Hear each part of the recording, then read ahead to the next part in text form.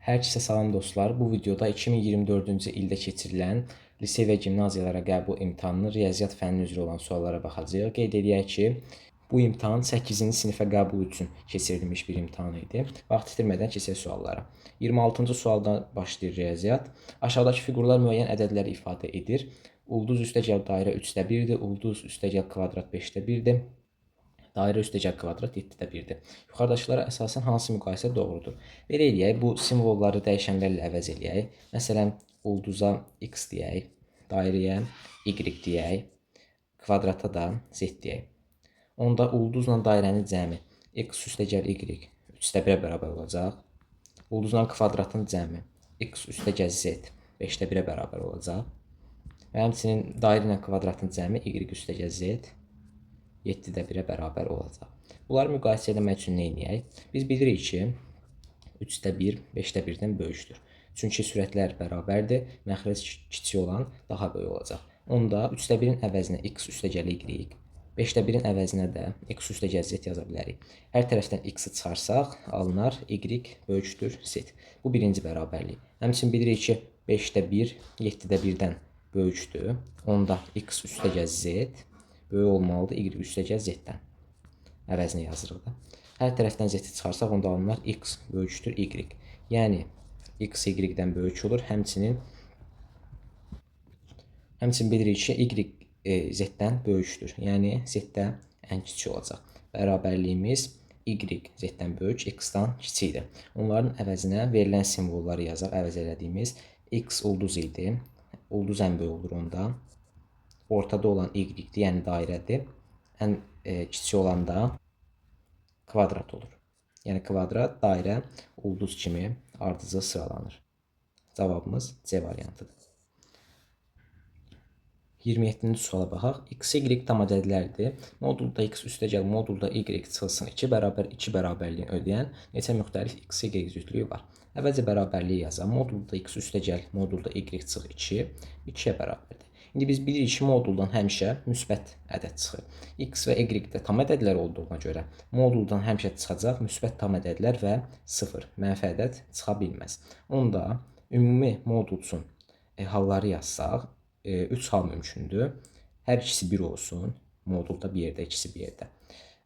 Modulda x də 1 olsun, modulda y çıx 2-də. İkinci halda modulda x 0 olsun, modulda y çıx 2, 2-yə bərabər olsun. Üçüncü halda tərsi baş versin. Modulda x 2, modulda y çıxılsın 2, 0-a bərabər olsun. Halları ayıraq bir-birindən. Birinci halda nə idi? Modulda x bərabər 1, həmçinin modulda y çıx 2 bərabər 1-ə. Onda nə olur? X bərabər müsbət 1 və mənfi 1. 2 hal mümkündür. Yəni, x-in qiyməti y-dən burada asılı deyil. İndi modulda y çıx 2 1 olanda y çıx 2 bərabər olar müsbət 1-ə və mənfi 1-ə. Yəni, y də bərabər olar mənfi 1 üstəgəl 2 və müsbət 1 üstəgəl 2. Yəni, y ya 2 qiymətini alar, daha doğrusu ya 1 qiymətini alar, ya da 3 qiymətini alar. Qeyd edək ki, bu x hansı qiyməti alırsa alsın, y x-in mənfi 1 yaxud müsbət 1 almasından asılı deyil. Onda sıralasaq, x-in 1 qiymətində nə olar? Y 1 ola bilər. Bir də x-in 1 qiymətində y 3 ola bilər. Çünki əsas odur ki, modulda x-dan 1 çıxsın. X mənfi 1 olanda da modulda x-dan 1 çıxır. Onda y 1 ola bilər və mənfi 1 olanda x, y 3 ola bilər. Yəni, belə də düşünmək olar. X-in 1 qiymətinə y-in 2 qiyməti uyğun gəlir. Müsbət 1 qoyanda da ödənəcək. Modulda x1, modulda y çıx 2 1 olacaq. Bizə bu lazımdır. Həmçinin x1, y3 olanda da ödənir. X mənfi 1, y1 olanda da, x mənfi 1, y3 olanda da bərabərlik ödənir. Onda birinci halımızda bizim 4 ədəd həllimiz oldu. İndi ikinci hala baxaq. İkinci halda modulda x 0-dır. Modulda x bərabər 0, həmçinin modulda y minus 2 bərabərdir 2-yə. Onda nə baş verir? Modulda x 0-dırsa, x həmişə 0 olacaq. Başqa mövcud deyil. Modulda y çıx 2, 2 olanda y minus 2 bərabər ola bilər plus minus 2-yə. Yəni müsbət 2 və mənfi 2. Onda y bərabər 2 üstəgəl 2 yaxud mənfi 2 üstəgəl 2-yə. Yəni y 4-ə və 0-a bərabər ola bilər. Onda x, y cütlüklərini yazmaq olar. 0, 4 və 0, 0. Burada da 2 hal mövcuddur. Üçüncü halda yazaq. Üçüncü hal nədir?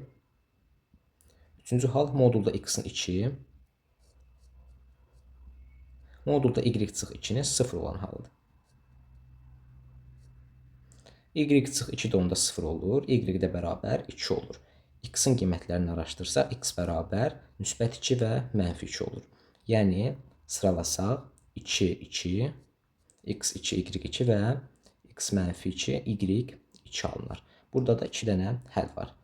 Burada da 2 dənə var idi, burada da 4 dənə var idi. Yəni, ümumi həllərin sayı 2 üstəgəl 4 üstəgəl 2. Yəni, 8-ə bərabərdir. Cavabımız D variantıdır.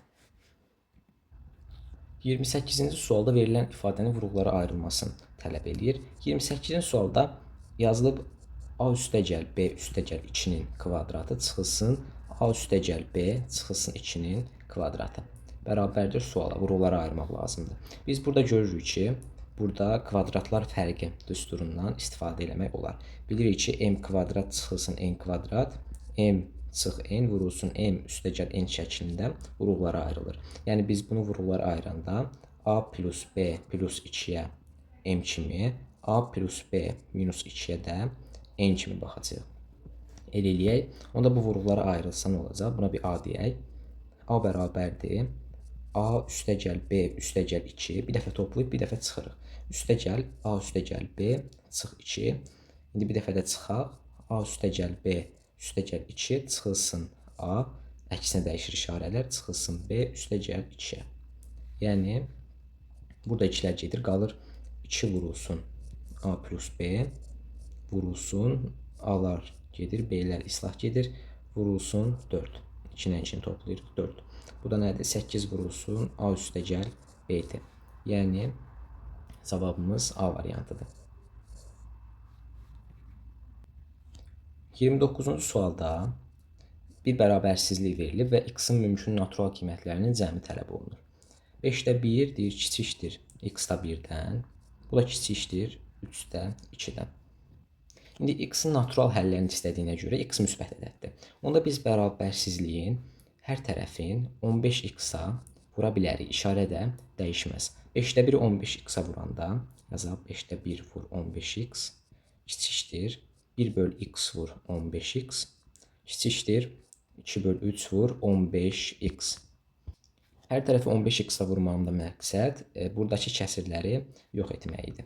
İndi 15x-a vuranda nə olur 15x? 15x x-in, 5-in, 3-ün əkobunun bir misli olur. Yəni, əkobu kimi fikirləşmək olar. Düzdür, biz x-in qiymətini bilmirik, amma 15x-a vuranda hasil hər birinin 15x-la hasili kəsri yoxa çıxarır. Məsələn, 5-də 1-i 15x-a vuranda ixtisar gedir, burada 3x qalır. 3x kiçikdir, x-lar burada da ixtisar gedir, 15 kiçikdir. 3 ilə 15x ixtisar gedir, burada da 5x qalır, yəni 10x. Buradan 2 dənə bərabərsizlik götürəcəyik, ayrı-ayrı. Birincisi 3x kiçikdir 15, ikincisi 15 kiçikdir 10x. Hər tərəfi 3-ə böləndə x kiçikdir 5, hər tərəfi burada 10-a bölsək, x böyükdür 1,5. Onda hansı aralıqda olur x? 1,5, 5 aralığında olur. İndi bizdən x-in natural qiymətlərinin cəmi tələb olunduğuna görə 1,5-dən böyük, 5-dən kiçik, 2, 3 və 4-dür. Cəm də 9-a bərabərdir. Yəni, cavabımız C variantıdır.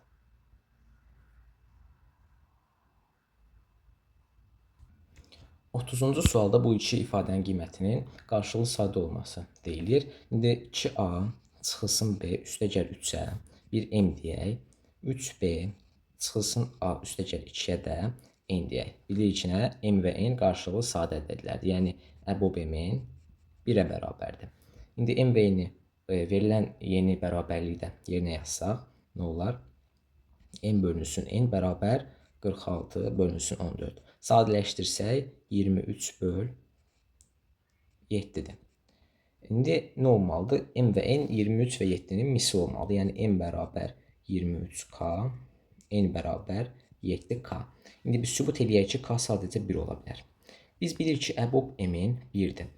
Əgər K 1-dən böyük olsa, onda əbob M-in 1-dən böyük olacaq. Niyə? Çünki bilirik ki, 7 ilə 23 qarşılıqlı sadə ədədlərdir. Onda M və N-in əbobu K-ya bərabər olmalıdır. Yəni əbob M-in bərabərdir K. İndi K-nın da bizə 1 olduğunu verir. Bax, yəni əboblarının 1 olduğunu verir. Onda K bərabərdir 1-ə. Onda nə olur? N bərabər 23, N bərabər 7 olur. Bu halda sistem tənliyi qurmaq olar. 2A çıxılsın B üstəgəl 3 bərabər M-in əvəzinə 23 yazarıq, 23. 3B çıxılsın A üstəgəl 2 bərabər 7K, yəni 7. Birinci ifadədə biz B-nin əvəzinə yaza bilərik 2A çıxılsın 20. İndi bu sistem tənliyi olduğuna görə aşağıdakı ifadədə də B-nin əvəzinə 2A çıx 20 yazmaq olar. Yəni 3 vurulsun 2A çıxılsın 20 üstəgəl 2 çıxılsın A bərabər 7-yə. Yəni 6A çıxılsın 60 üstəgəl 2 çıxılsın A 7-yə bərabərdir. Buradan 5A bərabər 67 çıxılsın 2, yəni 65. A da bərabər 13-ə. İndi A-nın qiymətindən istifadə edərək B-ni də tapmaq olar. A bərabər 13 olanda B bərabər, B nə idi? 2A çıxılsın 20 idi. İndi 2A 26 olacaq. 26-dan 20 çıxanda da B 6-ya bərabər olacaq. A çıx B-nin qiyməti də 13 çıxılsın 6, yəni 7-yə bərabər olacaq. Yəni cavabımız D variantıdır. 31-ci sualda bir ədədin 4 misli digərinin 3 mislinə bərabərdir. Kiçik ədədin 20% ilə böyük ədədin 30%-nin cəmi 45 olarsa, bu ədədlərin fərqinin modulunu tapın. Tutaq ki, ədədlərimiz A və B olsun. A-nın 4 misli, yəni 4A, B-nin 3 mislinə bərabərdir. Onda nə demək olar? A bərabər 3K, B bərabər 4K demək olar. Bu da o deməkdir ki, A ilə B eyni işarəlidir. Mənfi və müsbət olması barədə heç nə demirəm. Sadəcə eyni işarəlidir. Niyə? Çünki K müsbət olsa, ikisi də müsbət olacaq. Çünki 3 və 4 müsbətdir. K mənfi olsa, ikisi də mənfi olacaq. Deyək, kiçik ədədin 20% ilə. Kiçik ədədi bilmirəm.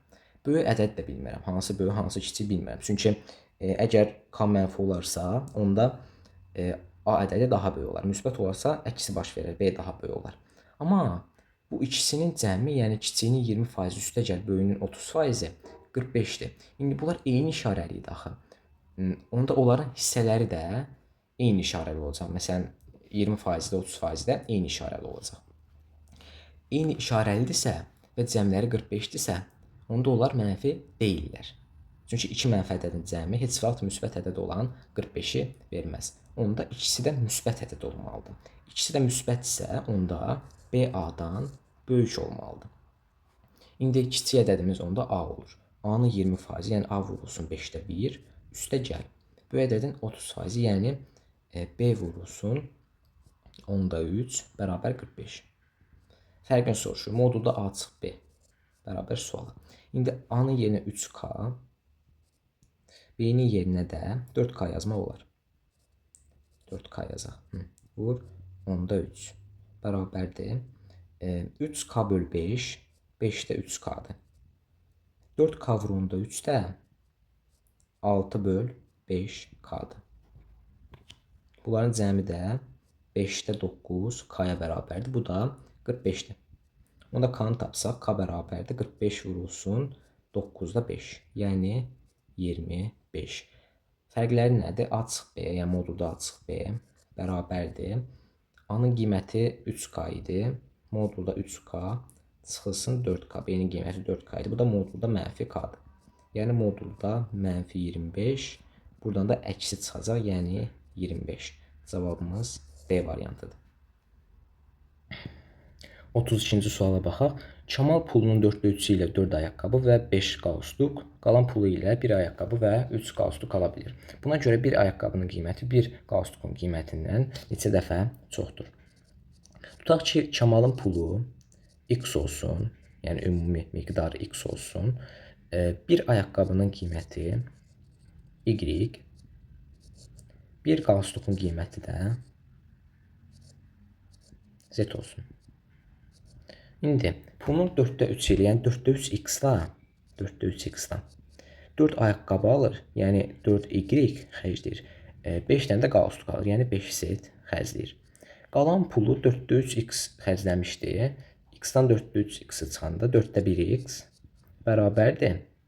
Bir ayaqqabı, yəni y və 3 qalstuk 3z. Sistem tənliyi.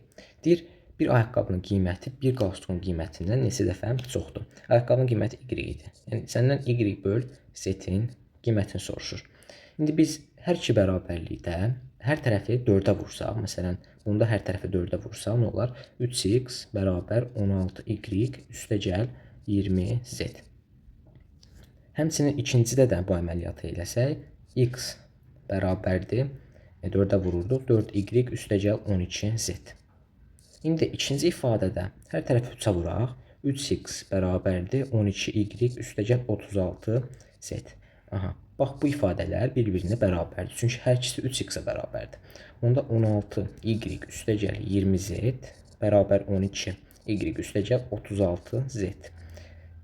Sadələşdirsək, 4y bərabər 16z alınar. Hər tərəfi 4-ə bölsək, y bərabər 4z. Buradan da y böl z-in qiyməti 4-ə bərabər olar.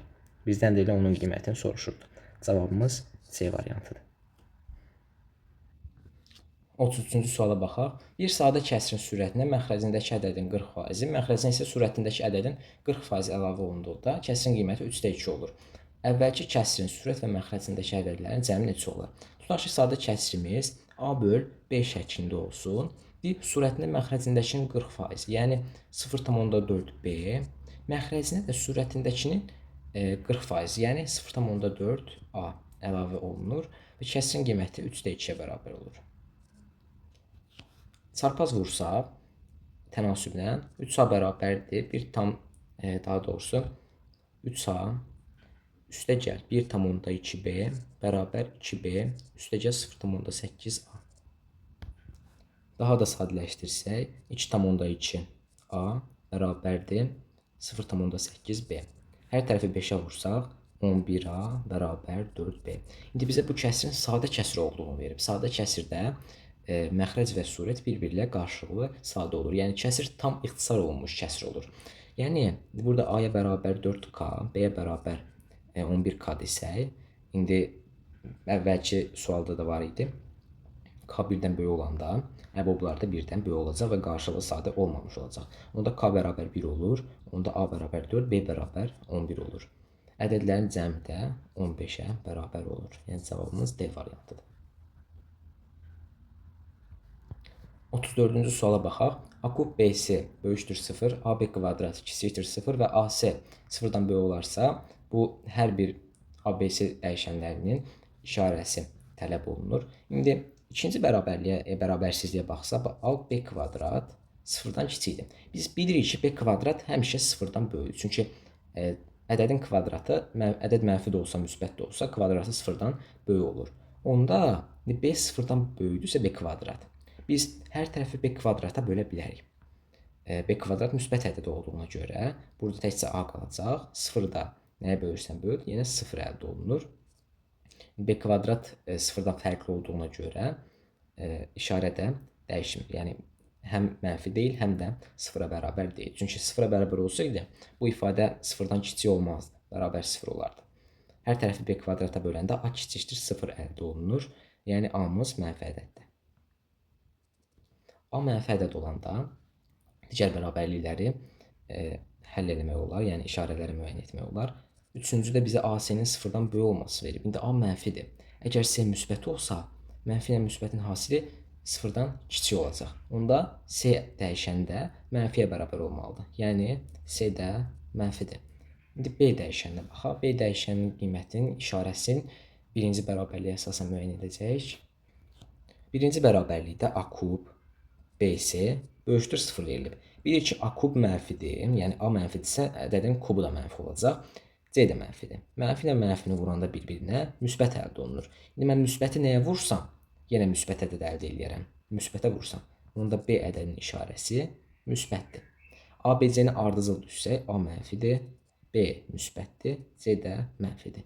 Mənfi, müsbət, mənfi. Yəni cavabımız D variantı. 35-ci suala baxaq. Şəkildə ABC üçbucağında bərabərliklər verilib və EAD bucağının 50 dərəcə verilib. BAC bucağının dərəcə ölçüsü soruşulur. Əvvəlcə üçbucağı çəkək. Bu üçbucaqda bizdən bu bucağın dərəcə ölçüsü tələb olunur. İndi biz bu bərabər yanlı olduğuna görə alfa deyə bucaqlar verə bilərik yan bucaqlara. Həmçinin digərində də bərabər yanlı üçbucaq var. Burada beta deyə bilərik. Onda buradakı xarici bucaq 2 alfa, yəni xarici bucaq özünə qonşu olmayan daxili bucaqların cəmidir axı. Burada da bu bucaq beta ilə betanın cəmi, yəni 2 beta olacaq. Bilirik ki, üç bucağın daxili bucaqlarının cəmi 180 dərəcəyə bərabərdir. Yəni 50 üstə gəl 2 vurulsun alfa plus beta 180 dərəcədir. Yəni 2 vurulsun alfa plus beta 130-dur.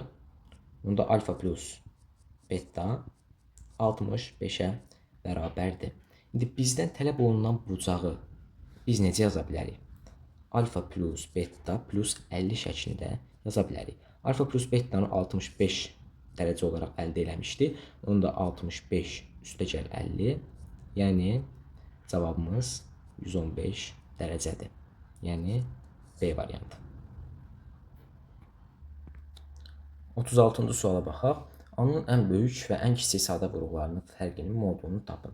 36-cı sualda A bərabərdir. 222-nin kvadratı yazmaq olar 111 vurulsun 2-nin kvadratı. Üstə gəl 555-in kvadratını yazmaq olar 111 vurulsun 5-in kvadratı. Üstə gəl 888-in kvadratı da 111 vurulsun 8-in kvadratı formasında yazıla bilər. İndi biz bir xassə bilirik. M vur n üstü k-nı yazmaq olar m üstü k vurulsun n üstü k. Yəni 111 vur 2-nin kvadratını yazmaq olar 111-in kvadratı vurulsun 2-nin kvadratı. Üstə gəl, digərində həmçinin 111-in kvadratı vur 5-in kvadratı, üçüncündə 111-in kvadratı vurulsun 8-in kvadratı. Bərabərdir. İndi 111 vurulsun 111, yəni 111-in kvadratın mötərizə xaricinə çıxarsaq, nə qalar? 2-nin kvadratı üstə gəl 5-in kvadratı, üstə gəl 8-in kvadratı. 111-in kvadratı nədir? 37 vurulsun 3-ün kvadratıdır. 2-nin kvadratı 4-dür, 5-in kvadratı 25-dir, 8-in kvadratı 64-dür. Bərabərdir. 37-nin kvadratı vur 3-ün kvadratı vurulsun. 25 ilə 64-ün cəmi 89-dur, üstə gəl 4, 93. 93-də nədir? 3 vurulsun 31-dir. 3-ü 3 üstü 2-yə vuranda 3-ün kubu vurulsun 31, vurulsun 37. Yəni, əlbəttə 37-nin kvadratı. İndi bunu vuruqlara ayırdıq, sadə vuruqlara. Ən böyük sadə vuruq 37-dir. Ən kiçik sadə vuruq da 3-dür. Fərqinin modulda 34, yəni 34-dür. Cavabımız B variantıdır. 37-ci sualda AB-nin CD paralelliyin verib, X bucağının dərəcə ölçüsü tələb olunur. Verilən şəkili biz burada da çəkək. Aha. İndi bu bilirik ki, bu bucaq ümumi 360 dərəcədir. Yəni 360 dərəcə dönmə baş verir. Bu 360 dərəcə bucaq iki bucağı parçalanıb, birinci bucağı 290 dərəcə verib. Digər bucağı nə olmalıdır? 360 çıxılsın 290 olmalıdır. Yəni 70-ə bərabər olmalıdır. Bu bucağımızın dərəcə ölçüsü 70 dərəcədir. Həmçinin aşağıda 310 dərəcəli bucağa baxsaq, onun digər bucağı nə olacaq? 360 çıxılsın 310. Yəni 50 dərəcə olacaq. Bu bucağın da dərəcə ölçüsü 50 dərəcədir. İndi biz bu paralellikdən istifadə eləmədik. Paralellikdən istifadə etmək adına bu düz xətti uzadaq. Bu düz xətti uzadanda nə olur? Bax, x dərəcəni buradan silirəm. Bura 180 dərəcə olur. Çünki düz xəttdir. Burada bir alfa bucağı deyək. Onda x bucağımız, tələb olunan bucaq nə olur? Alfa üstə gəl 180. İndi paralelliyə görə uyğun bucaqlar bir-birinə bərabər olur. Yəni 70-dirsə 70 olur. Onda biz bilirik ki, üst bucağın daxili bucaqlarının cəmi 180 dərəcədir. Alfa üstə gəl 70 üstə gəl 50 180 dərəcəyə bərabər olur da. Bu bucağın, üst bucağın daxili bucaqları daxil. Cəmi 180-dir. Buradan da alfa bərabər 180 çıxılsın 120. Yəni alfa bərabər 60 dərəcə. İndi x nə dedi? Alfa plus 180 dedi. O da x ilə bərabər olur 240 dərəcəyə. Cavabımız C variantı. 38-ci sual. Aşağıdakılardan hansı verilən çoxhəllinin vurğularından biri deyil? Əvvəlcə çoxhəllini vurğulara ayıraq. 38-ci sualda x üstü 4 çıxılsın x kub üstə gəl 4x çıxılsın 4x kvadrat bərabərdir. Burada x kubu mötərizə xaricinə çıxarsaq, x kub vurulsun, x çıx 1 əldə olunar. Burada da 4x-i mötərizə xaricinə çıxarsaq, 4x vurulsun, 1 çıx x əldə olunar. Onda x kub vurulsun, x çıx 1. Bu 1 çıx x-in əvəzinə mənfi x çıx 1 yazmaq olar. Bu mənfini bura atsaq, müsbət mənfiyə çevriləcək. Minus 4x vurulsun, x minus 1. Yəni, x kub minus 4x vurulsun, x çıx 1. X-i burada mötərizə xaricinə çıxaraq, x vurulsun, x kvadrat çıx 4 vurulsun, x çıx 1 bərabərdir. X vurulsun, bunu kvadratlar fərqi düsturu ilə vurğulara ayırsaq, x minus 2, x plus 2, bu da x minus 1. Görək, hansı vuruq burada yoxdur. Məsələn, A variantında x minus 1 verib, var. B variantında x plus 1 verib, yoxdur. C variantında x minus 2 verib, o da var. D'də x plus 2 verib, o da var. Yəni, burada olmayan vuruq B variantındakı vuruqdur. Düzgün cavabımız B variantıdır. 39-cu sual. Modulda 2x minus 6 üstə gəl modulda x minus 2y minus 13 kiçik bərabər 0 olarsa x, y hasilini tapın. Görürük ki, 2 dənə ifadə var və ikisi də modul daxilindədir. Modul daxilindədirsə, onlar heç vaxt mənfi ola bilməz. 0 və 0-dan böyük qiymətlər alar. Yəni 39-cu sualda bax, 2x minus 6 üstə gəl modulda x minus 2y minus 13. Heç burada verilən bərabərsizlik baxmıram. Modul daxilindədirlərsə, cəmləri həmişə 0-dan böyük bərabər olmalıdır. Mənfi ola bilməz. Və həmçinin verilən bərabərliyi də yazsaq, modulda 2x minus 6 üstə gəl modulda x minus 2y minus 13 kiçik bərabər 0 verib. İndi bunların kəsişimi hansıdır? 0-a bərabər olan hallardır da. Çünki biri belədir, bax, biri 0 müsbət sonsuzluqdur. Biri 0 mənfi sonsuzluqdur. Bunların kəsişməsi 0 nöqtəsidir. Yəni, bu ifadə 0-a bərabər imiş əslində. Modulda 2x çıx 6 üstə gəl modulda x minus 2y minus 13 0-a bərabər imiş. 0-a bərabər olanda modul daxil ifadələrin hər biri 0-a bərabər olur. Yəni, 2x çıx 6 da 0 olur. X çıx 2y çıx 13 də 0-a bərabər olur. Buradan x bərabər 3 əldə olunar. 3-ü yerinə yazsaq, deməli, bilir ki, x bərabər 2y üstə gəl 13-dür. Yəni, 3 bərabərdir 2y üstə gəl 13. 13-ü digər tərəfə atsaq, 2y bərabər mənfi 10, y bərabər mənfi 5. X, y hasili də 3 vurulsun mənfi 5, yəni mənfi 15-ə bərabərdir. Cavabımız A variantıdır. 40-cı suala baxaq. Verilən ifadənin sadələşdirilməsi tələb olunur. Deməli, A çıxılsın, A çıx 2-də 3, bölünsün A plus 1 bölünsün A minus 2. Yəni, vuranda da tərsinə vururuq. A minus 2 surətə qalxır, A plus 1 məxrəcə düşür. Bərabər. Mötərizə daxil ifadəni bir məxrəcdə yazaq. A minus 2 ortaq məxrəc olsun. Onda bu surətə qalxması üçün A vurulsun A minus 2 şəklində qalxmalıdır. Yəni, A kvadrat çıxılsın 2A çıxılsın 3. Vurulsun A plus 1, A plus 1-də A minus 2. Burada vuruqları ayırsaq, a minus 2-də a kvadrat çıx 2 a çıx 3 a minus 3 a plus 1 formasında vuruqlara ayrılır. Vurulsun a plus 1-də a minus 2. Görürük a minus 2-lər ixtisar edir, a plus 1-lər ixtisar edir. Cavab qalır a çıxılsın 3. Yəni B variantı. 41-ci suala baxaq. A bərabərdir 3 üstü 3 vurulsun 6 üstü 2 ədədinin natural bölənlərinin sayının bu ədədin sadə bölənlərinin sayına olan nisbətini tapın. İndi A bərabərdir 3 üstü 3, 6 üstü 6-nı belə saxlamayaq. Çünki natural böləndir, sadə böləndir, sadə vuruqdur, tam bölənlərin sayıdır. Bunları tapmaq üçün biz ədədi sadə vuruqlarına ayırmalıyıq. Yəni 6-nın kvadratı formasında qala bilməz. Onda 3-ün kvadratı vur 2-nin kvadratı şəklində yazaq. Bu da nədir? 3 üstü 5 vurulsun 2 üstü 2-dir. İndi bunu rahatlıqla həll edə bilərik. Natural bölənlərin sayını düsturunu bilirik ki, qüvvətlərə 1 əlavə edib vururuq. Yəni 6 vurulsun 3, bu 18-ə bərabərdir. Sadə bölənlərin sayı da əslində müxtəlif sadə vuruqların sayıdır. Yəni 3 və 2-dir. Yəni 2 dənədir. 18-in 2-yə nisbəti tələb olunur. Yəni 9-dur cavabımız C variantı. 42-ci suala baxaq. Aşağıdakılardan hansını hər hansı bir hədlinin kvadratı şəklində göstərmək olar? Bu tip suallarda bunu bilmək lazımdır.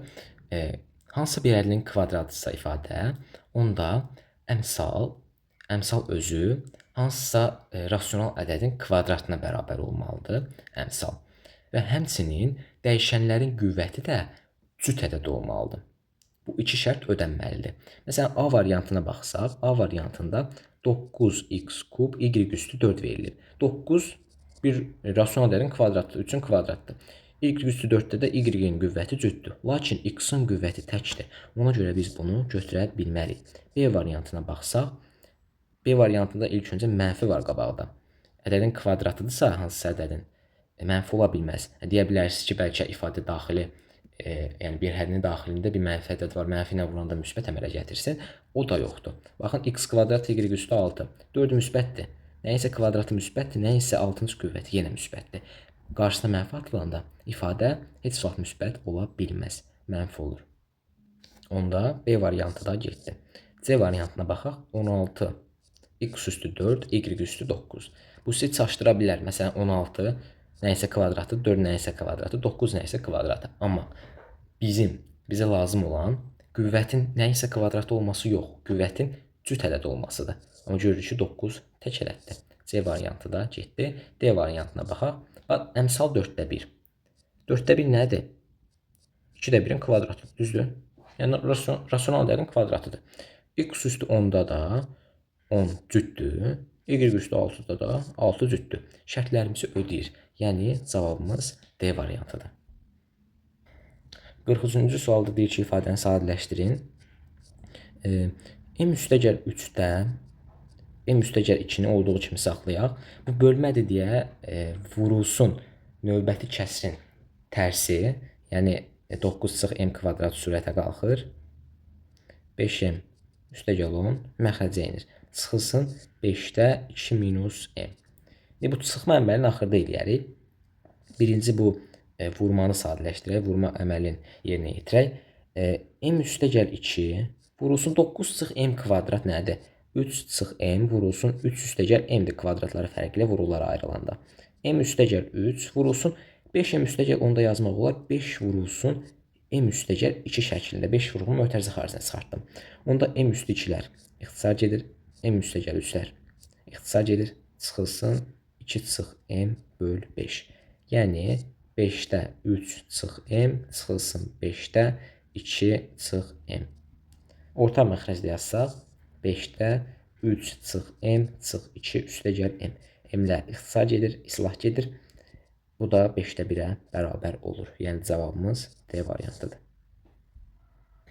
44-də baxaq. 44-cü sualda 0,4 dövrdə 8 hissəsi 1 dövrdə 2 olan ədədi tapın. Belə hissə sualları olanda biz mümkün qədər kəsirlərdən istifadə etməyə çalışırıq. Məsələn, 0,4 dövrdə 8-i kəsrə çevirək. 0,4 dövrdə 8 bərabər olur. Bilirik ki, 90-da 48-dən 4 çıxırıq. Yəni 90-da 44. Bu da 45-də 22-dir. Digərinə baxsaq, 1 tam dövrdə 2 nədir? 1 tam 9-da 2-dir. Yəni 9-da 11-dir. Deyir x ədədinin bu hissəsi bu ədədə bərabərdir. Yəni x vurulsun 45-də 22 9-da 11-ə bərabərdir. Hər tərəfi 11-ə bölsək, yəni burada 2 qalır, burada 1 qalır. Yəni 2x bölü 45 bərabər 9-da 1. Çarpaz vursaq 18x bərabər 45, hər tərəfi 9-a bölək, 2x bərabər 5, x də bərabər 2,5. Yəni verilən tələb olunan ədəd 2,5-ə bərabərdir. A variantıdır. 45-ci suala baxaq. X-in neçə natural qiymətində x bölü 15 düzgün kəsirini sonlu onluq kəsir şəklində göstərmək olar. Deməli, x bölü 15-i yazaq, x bölünsün 3 vur 5 şəklində. Bunun sonlu onluq kəsir şəklində göstərilməsi üçün biz bir qayda bilirik. Əgər ədəd sonlu onluq kəsir şəklindədirsə, onda həmin ədədin məxrəci, yəni kəsir formasında yazılanda məxrəci sadəcə 2 yaxud 5 ya da 2 və 5 vuruqlarından ibarət ola bilər. Başqa vuruq orada yer ala bilməz. Amma görürük ki, burada 3 vuruğu var. Deməli, surətdə 3 vuruğun yox eləyən bir vuruq olmalıdır. Bu da 3 vuruğundan başqası deyil. Çünki ixtisar etməlidir. Onda x bərabər 3k demək olar. Amma burada bir istisna hal var. İndi onu da deyəcəyik. Hansı hallardır? Bax, düzgün formadadırsa kəsir. Onda x nə olmalıdır? 15-dən kiçik olmalıdır. Yəni 3k 15-dən kiçikdir. K da 5-dən kiçikdir. Bax, k bərabər 1 olanda kəsir nə olur? 3 böl 15 olur. Yəni 1 böl 5. K bərabər 2 olanda kəsir nə olur? 6 böl 15. Yəni 2 böl 5. Amma k bərabər 3 olanda 9 böl 15. Bax, hər tərəfi 3-ə bölək, 5-də 3. K bərabər 4 halını yazsaq, onda nə olur kəsir? 12 böl 15. Yəni 4 böl 5. K bərabər 5 olanda artıq düzgün olmayan kəsir olur. Burada hansı istisna hal ola bilərdi? Əgər x məxrəcdə olsaydı, x bərabər 3k əldə eləsəydik, tutaq ki, məsələn, 3 vur 5 surətdə olsun, x məxrəcdə olsun, desin ki, düzgün olmayan kəsirlərin sayını tapın ki, ədəd sonlu onluq kəsir formasında yazıla bilsin. Onda x bərabər 3k da x-in 9 halını götürə bilməzdik. Yəni k bərabər 3 halını götürə bilməzdik. Niyə? Çünki bax, biz bunu tərsinə yazaq. Tutaq ki, tərsinə soruşulsun. 3 vur 5. İndi bax, x-in yerinə 3k yazanda nə olur? K-da 5 olur da ixtisar gedəndə. Amma artıq burada k 3-ün bir misli olanda, onda sonlu onluq kəsir formasında yazıla bilmir. Yəni, x məxrəcdə olsaydı, eyni formada düşünməyəcəkdik. Bunu qeyd eləmək istədim. Aha. Neçə natural qiymətində göstərdik ki, k bərabər 1-də, k bərabər 2-də, k bərabər 3-də və 4 qiymətində. Yəni, cavabımız B variantıdır. 46-ya baxaq. Aşağıdakı ABCD düzbucaqlısı bir neçə düzbucaqlıya bölünmüşdür. Bəzi düzbucaqların sahələri verilib. Düzbucaqların tərəfləri tam ədədlər olarsa, rəngli hissələrin ümumi sahəsini tapın. Verilən üçbucağı burada da çəkək. Sahələri də qeyd edək. İndi addım-addım cavaba yaxınlaşacaq. Necə? Bax, bizə çox vacib bir məlumat verilib. Tərəflərin tam ədəd olması verilib. İndi mən bu fiqura baxsam, bu fiqurun indi tərəfləri tam ədəd olmalıdır şərtə görə. Hansı iki tam ədədin, əlbəttə ki, müsbət olacaq tam ədədlər, hansı iki müsbət tam ədədin hasili 1-dir? Sadəcə 1 ilə 1-in hasili 1-dir, düzdür? İndi bura 1-dirsə, bu 1 burada gəlir. Yəni, buranın da uzunluğu 1-ə bərabər olur. 1 ilə nəyin hasili 3 eləyər? 3-ün hasili 3 eləyər. Onda 3 də bura gəlir. 3 ilə nəyin hasili 18 eləyər? 6-nın hasili 18 eləyər. 6 həmçinin bura gəlir. 6 ilə də 5-in hasili 30 verər. İndi bizə boş hissələrin sahələri cəmi lazımdır. 6-dırsa burada 6 olur. 1-dirsə burada 1 olur. Onda bu sahə 6-ya bərabər olur. Rəngləyək buranı. Bu sahə 6-ya bərabərdir. Və həmçinin Bu 1-dirsə bu 1 burada gələcək. Çünki bütün tərəfləri 1 olacaq. Yazaq. 1 burada gəlir. Və həmçinin 5 buradadırsa 5 burada gəlir. Yazaq. 5. Və sahənin burada 13 olduğunu verib. 1 ilə nəyin hasili 13-ə bərabər olar? 13-ün hasili 13-ə bərabər olar. Onda buradakı boş hissənin sahəsi 65-dir. Buranı da rəngləyək. Sonra burada tərəf 1 və 5 verilib. Sahə də 5-ə bərabər olacaq. Rəngləyək. Son fiqur qaldı. Son fiqurda da əgər 13-dürsə, burada gəlir 13 və 3. 13 ilə 3-ün hasili də bizə başqa necə yazdım? 39-u verir. Ümumi sahələrin cəmi də nə olur? S bərabərdir. 6 üstə gəl 65 üstə gəl 5 üstə gəl 39. Yəni S bərabər 70 üstə gəl 45. Bu da 115-ə bərabər olur. Yəni cavabımız C variantıdır. 47-ci suala baxaq. Aşağıdakı şəkil hər birinin perimetri 60 sm olan kiçik kvadratlardan əmələ gəlib. Fiqurun perimetri neçə santimetr olar? Verilən fiquru biz də təsvir eləyək. Əgər kvadratın perimetri 60-dırsa, tərəfi T olsun. Onda 4T bərabər 60, T bərabər 15. Yəni bir tərəfin uzunluğu 15-ə bərabərdir. Tutaq ki, biz bu T-yə, yəni 15-ə 2A deyək, tərəfi 2A olsun. İndi görürük ki, burada tərəflər, buradakı tərəflər 2 bərabər hissəyə parçalanıb. 2 bərabər hissə. İndi tərəf 2A-dırsa, onda buralara biz A deyə bilərik. Onda A qiyməti verək. Və digərlərinə də 2A deyək. Onda bizim perimetrimiz nə olur? Bunların cəmi, yəni burada 3 dənə, burada 6 dənədir. 9 vurulsun 2A üstə gəl. Və həmçinin buradakıların sayı 1, 2, 3, 4, 5, 6, 7, 8. 8 dənə 2A üstünə gəlinir. 8 vur 2A üstə gəl. Burada da 1, 2, 3, 4, 5, 6 dənə A var. Yəni 6A. Bu da nədir? 18A üstə gəl 16A üstə gəl 6A. Bu da hansı ki 30A-ya bərabərdir. İndi 2A-nın qiyməti 15 idi. 30A nədir? 2A vurulsun 15-dir. Yəni 15 vur 15. Bu da 225-dir. Burada biz xırda bir xətaya yol verdik. Üzrlü sayın 18A üstə gəl 16A üstə gəl 6A 40A-ya bərabərdir. İndi 40A-nı yazmaq olar 2A vurulsun 20 şəklində.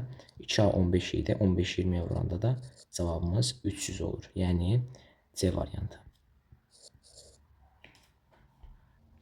48-ci sualda Venn diaqramına görə ştrixlənmiş hissəyə uyğun variantı tapın deyir. Deməli, burada görürük ki, A hissəsi bütöv rənglənir. Bu diqqətimi çəkdi. Onda A-nın nə ilə birləşməyi ola bilər. Bilirik ki, bunları təsvir eləyə belə.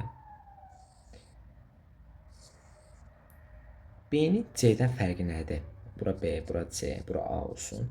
B-nin C-dən fərqi, bununla təsvir eləyək. B-nin C-dən fərqi, bax, bu hissə olur.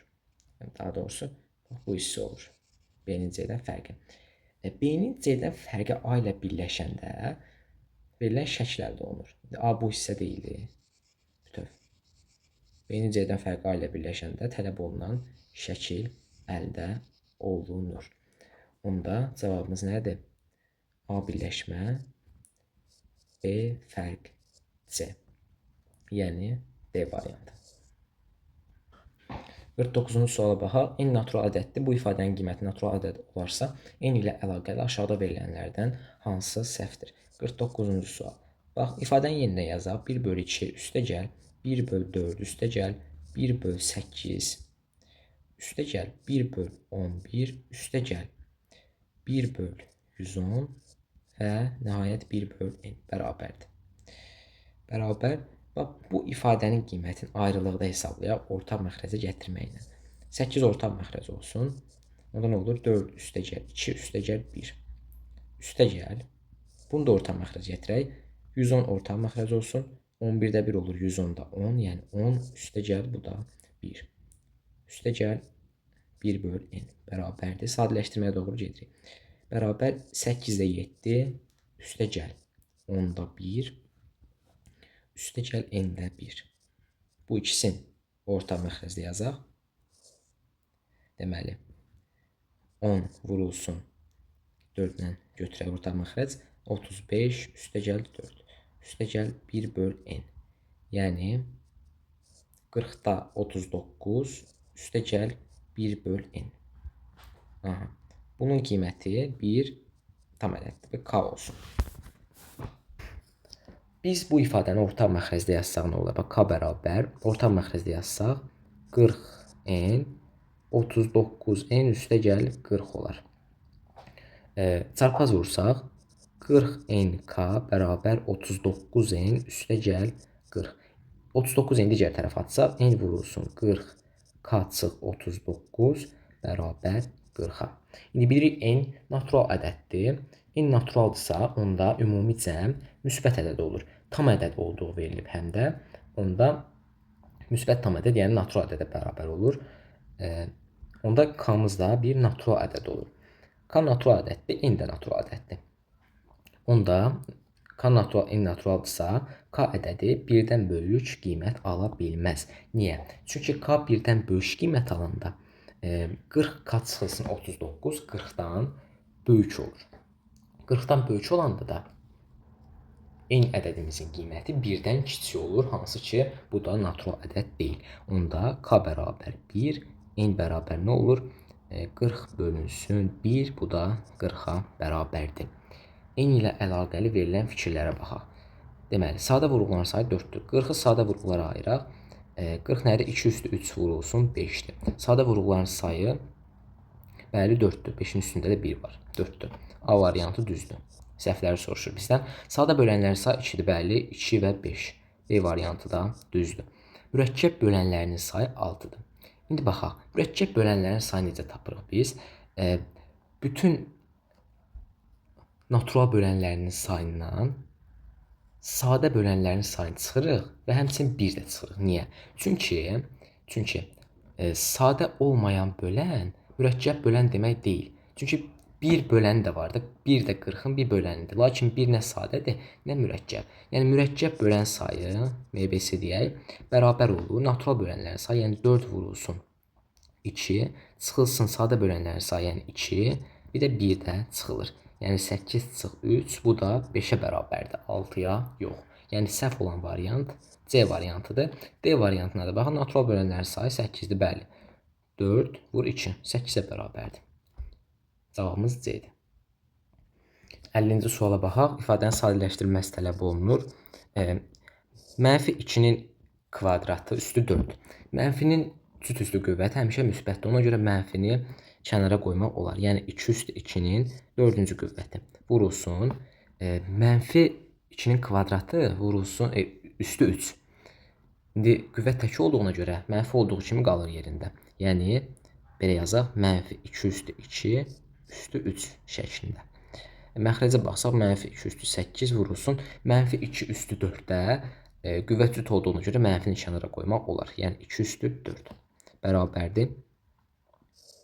2 üstü 2 üstü 4 nədir? 2 üstü xassə bilirik ki, 2 üstü m üstü n bərabərdir 2 üstü m-nə. Yəni 2 üstü 4 vurur ki, bu da 8-ə. Vurulsun mənfi 2 üstü 6 analoji olaraq. Sonra aşağıya baxsaq, mənfi qüvvətlər toplayanda 2 üstü 12-dir. Yəni, mənfi ilə mənfi aparsın bir-birin. 2 üstü 14 bölünsün 2 üstü 12. Bu da 2 üstü 2, yəni 4-ə bərabərdir. Cavabımız C variantı. 51-ci suala baxaq. Şəkildə domino daşlarının hündürlüyü və daşlar arasındakı məsafə göstərilmişdir. Bir nömrəli domino daşı sağ tərəfə aşanda bütün daşların aşması üçün aşağıda verilənlərdən hansı edilməlidir? Verilən şəkli biz də seçək. Biz bu məsələni həll etmək üçün bir qaydanı bilməliyik. Belə bir şey deyə bilərik biz. Əgər birinci bir nömrəli domino sağ tərəfə aşırsa, digər dominolar dağılacaq ya da dağılmayacaq. Yəni digərlərinə toxunacaq ya da toxunmayacaq. Bax, bir nömrəli domino iki nömrəli dominonu aşırtması üçün bir nömrəli dominonun hündürlüyü bunlar arasındakı məsafədən böyük olmalıdır. Niyə? Çünki bir nömrəli dominonun 2-yə ən çox yaxınlaşdığı vaxt hansı vaxtdır? Yerə aşdığı vaxtdır. Çünki bax, belə düşün, yerə aşanda bu şəkildə aşır. Son nöqtədə 2-yə ən yaxın vəziyyətdə olur. İndi bilirik ki, 1/3 1/5-dən böyükdür. Onda birinci domino yerə dəyməmiş ikinci dominoya toxunmuş olacaq. Çünki birinci dominonun hündürlüyü aralarındakı məsafədən böyükdür. Onda birinci domino ikincini aşırdacaq. Bu şəkildə yazaq. Birinci domino ikincini aşırdı. İndi birinci ikincini aşırdandan sonra ikinci domino üçüncü dominonu aşırtmalıdır ya da aşırtmamalıdır. Baxaq. Hamısının aşması tələb olunur da bizdən. 2/3 var. Bu 1/5-dir. Bu da 2-dir. 1/5 2-dən kiçikdir. Onda bu tam aşanda belə bu daşa toxuna bilməyəcək. Yəni bu halda 2 3-ü aşırda bilməyəcək. Onda hansı şərt olmalıdır? Məsələn, A variantına baxaq. Deyir, 4 nömrəli domino daşının hündürlüyü artırıla bilər. Bu 4 nömrəli domino daşının hündürlüyü bizə heç bir fayda verməyəcək. Yəni hündürlüyü çox da olsa, az da olsa bir faydası yoxdur. Çünki 4 nömrəli domino daşından sonra bir daş yoxdur ki, o aşanda gedib ona dəysin. Yəni A variantı faydasız məlumatdır. A-nı kənara qoyaq. B-yə baxaq. 3 nömrəli domino daşının hündürlüyü azaldıla bilər. Bunun da bir faydası yoxdur. Çünki bizə lazımdır ki, 2 nömrəli 3 nömrəlini aşırtsın. Yəni hündürlük məsafədən böyük olsun. Amma 3-ün hündürlüyü artıq başqa bir vəziyyətdə. Ona görə B variantı da götürülə bilməz. C-yə baxaq. 3 və 4 nömrəli domino daşlarının yeri dəyişdirilə bilər. Dəyişdirilsə belə hündürlük dəyişəcək də. Aralardakı məsafə və ikinci domino daşının hündürlüyü dəyişməyəcək ki. Yəni C variantı da səhvdir. İşə yaramazdır. D variantına baxaq. 2 və 3 nömrəli domino daşlarının yeri dəyişdirilə bilər. Aha. Bax, burada artıq düzgün cavab olur, düzgün seçim olur. Niyə? Bizə nə lazımdır? Bu daşın hündürlüyü 2-dən böyük olsun.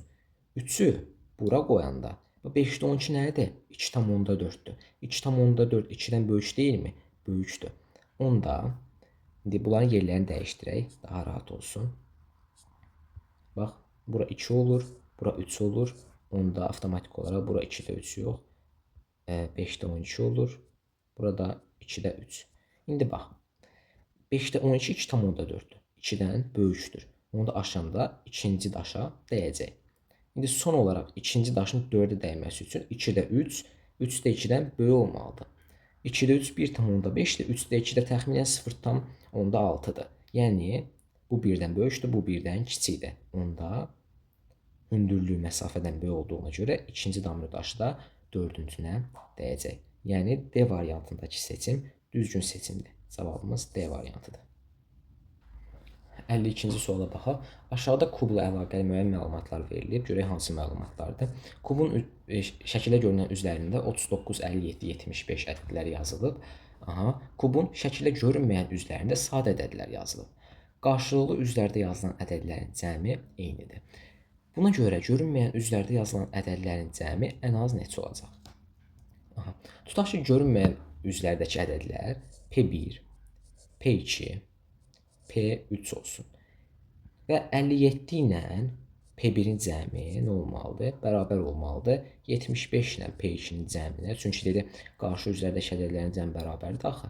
Bu da 39 ilə P3-ün cəminə bərabər olacaq. Üstə gəl P3 bərabərdir. İndi bir-bir hallara baxaq da. Sadə ədədlər isə görürük ki, burada 75 üstə gəl P2 var. Onda hamısı, yəni cəmlər 75-dən böyük olmalıdır. Tutaq ki, kiçikdən başlayaq götürməyə, çünki ən az qiyməti soruşur. Götürək ki, bu cəm olsun, məsələn 70, 7 olsa P2 2 olacaq. 2 sadə ədəddir. Amma P3 artıq 2-dən böyük bir cüt ədəd olacaq. Bu hansı ki, sadə ədəd deyil. Buna görə 78 götürək ilk növbədə. 78 götürsək P2 3 olacaq. P3 78 39, yəni 39 olacaq. Bu sadə ədəd deyil. Onda bu halı aradan çıxaraq. Məsələn, 78-dən sonra elə bir ədəd gətirək ki, P2 sadə olsun. Bu da 80 ədəddir. 80 olanda nə olur? P2 5-ə bərabər olur. P3 nə olur? 50 çıxılsın 9 41-ə bərabər olur.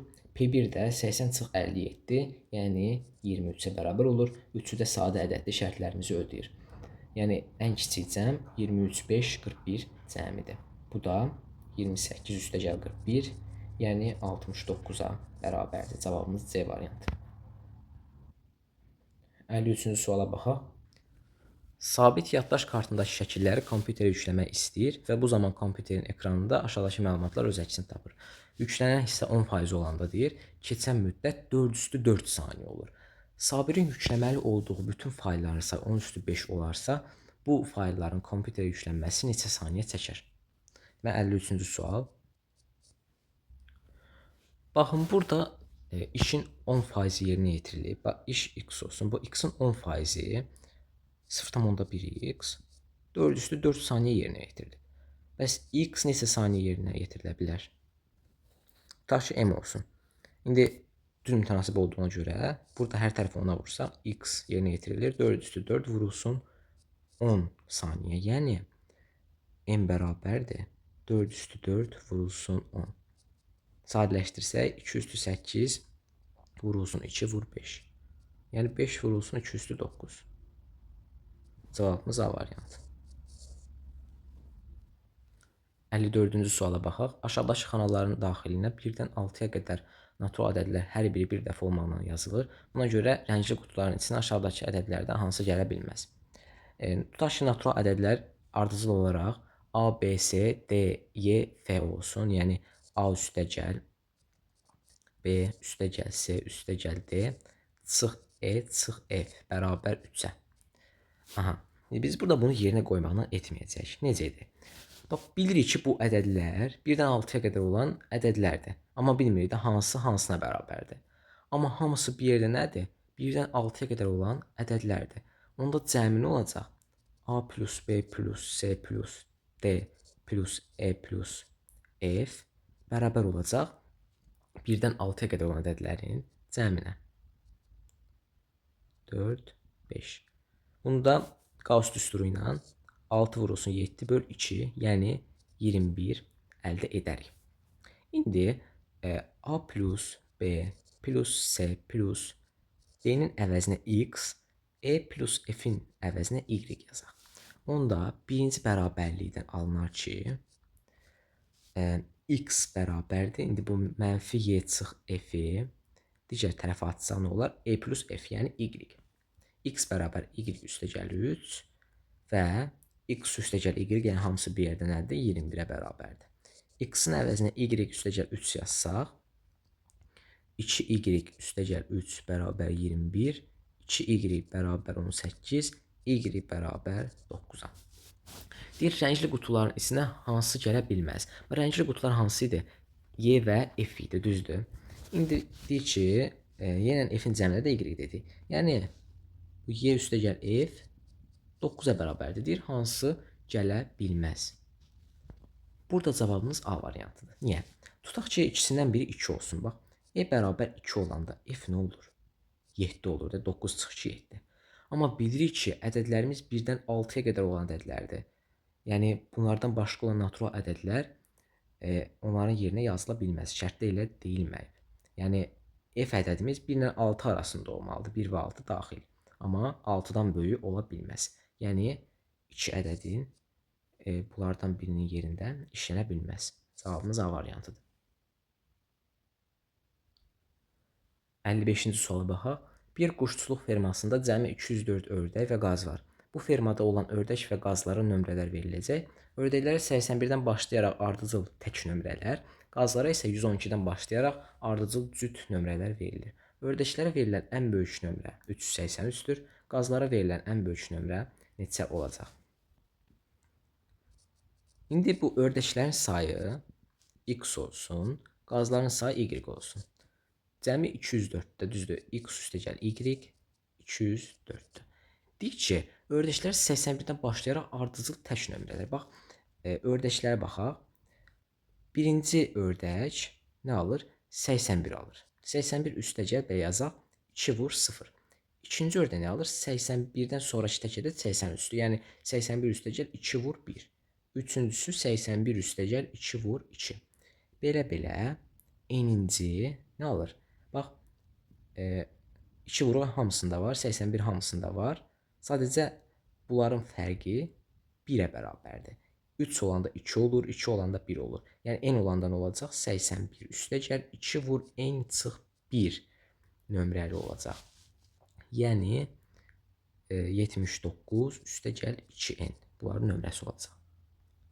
Və bu ən böyük nömrədir. Və biz burada ördəklərin sayına x demişdik. Yəni sonuncu ördək əslində x-cı ördək olacaq.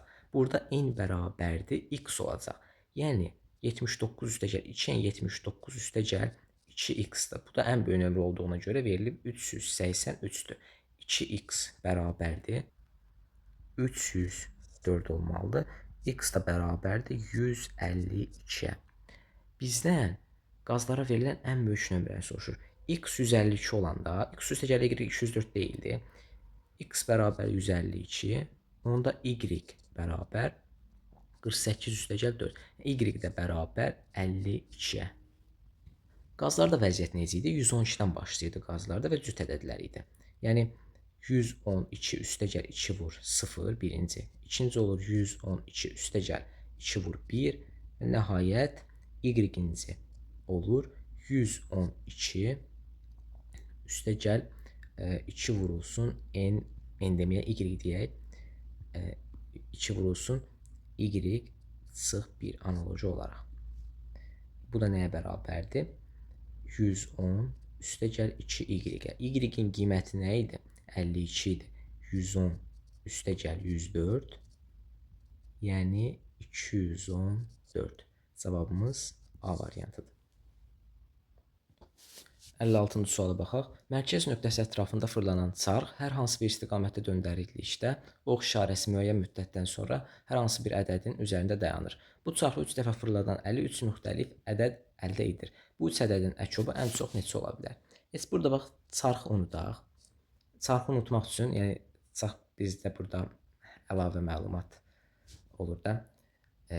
Çarxın rəqəmlərini burada yazaq. Məsələn, görürük ki, uyğunluğa baxsaq, 1-dən 15-ə qədər tək ədədlər yazılıb.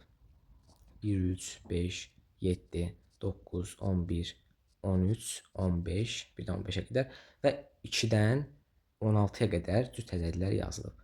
2, 4, 6, 8, 10, 12, 14, 16. Aha. Bax, elə bil ki, bu çarxı fırladıb da ədəd seçmə əvəzinə bu ədədlərdən 3 dənə seçirsən. Və bu 3 ədədin əkobunun ən böyük qiymətini soruşur səndən. Bu əkobun ən böyük olması üçün bu 3 ədəd mümkün qədər qarşılıqlı sadə olmalıdırlar. Yəni, mümkün qədər əkob onların hasilinə yaxın bir ədəd olsun. Zaten hasilindən böyük bir ədəd ola bilməz. Hasilinə yaxın bir ədəd olsun, yaxud hasilinə bərabər olsun və həmçinin ədədlər seçilmiş ən böyük ədədlər olsun. Elə götürək. Məsələn, hesablayaq əkob 16, 15, 14-dür məsələn üçün. Bunun əkobunu hesablasaq, 16 nədir? 16 ilə 15 qarşılıqlı sadə ədədlər. 16 2 üstü 4-dür. 15 3 vur 5-dir. 14 nədir? 2 vur 7-dir. Ən böyüsünü götürək, 16 vurulsun, burada yazaq. 16 vurulsun, 15 vurulsun, 7-yə bərabər olmalıdır da. Bu da nədir? Deməli, 150 üstə gəl 90, 240 vur 7.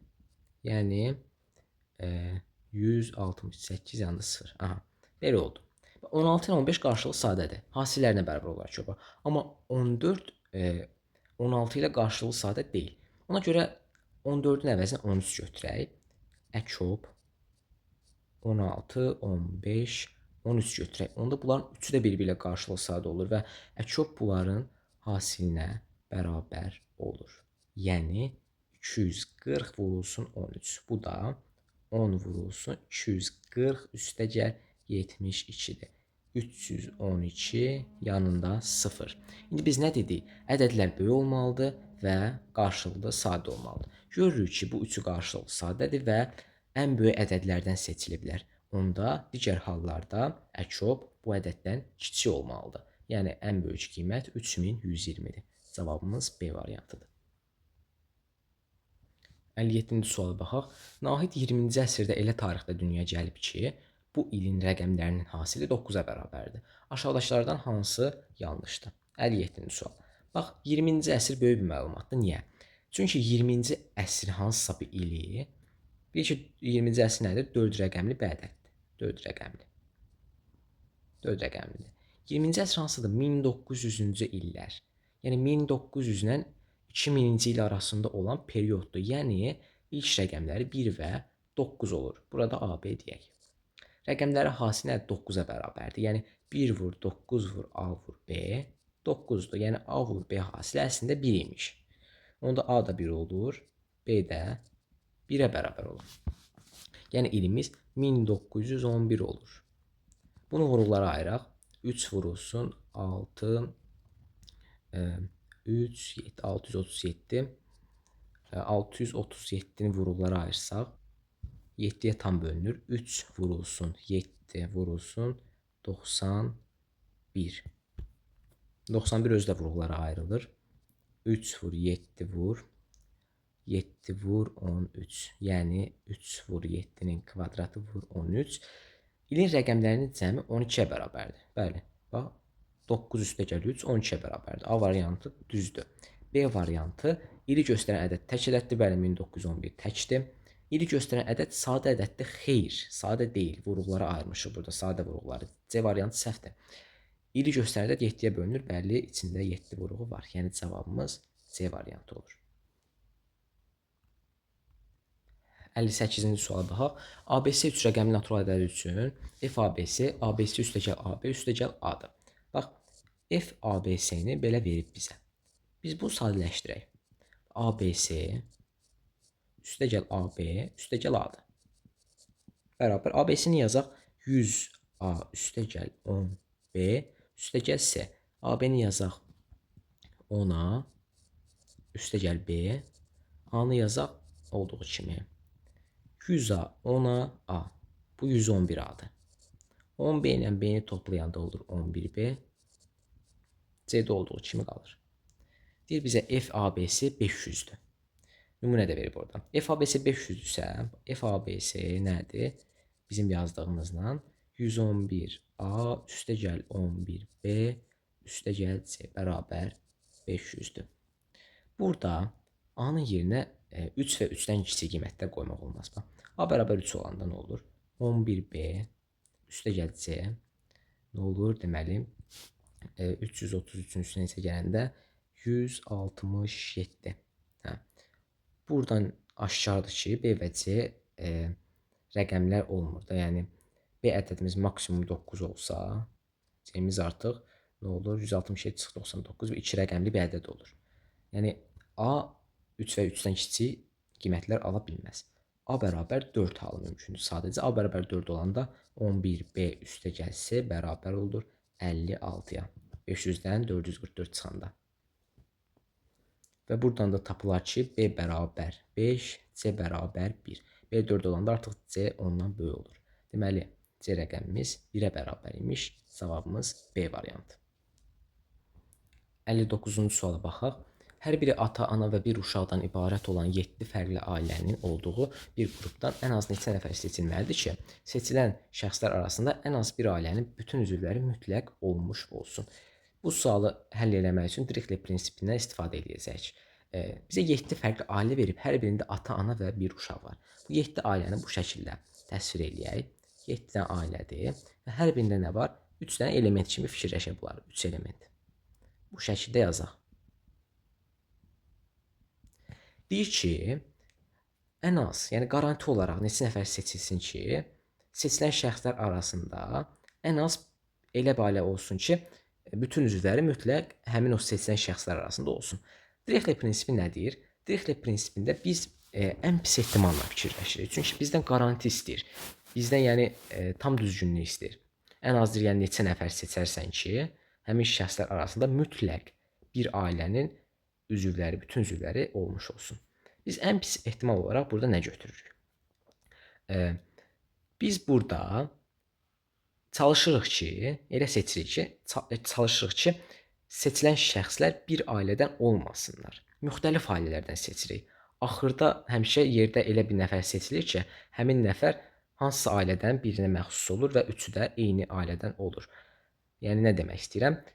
Məsələn, ilk addımda biz hər birindən bir nəfər seçək. Hər birindən bir nəfər. Seçdik. İndi burada görürük ki, bir ailədən olan insan yoxdur. İki insan yoxdur yəni.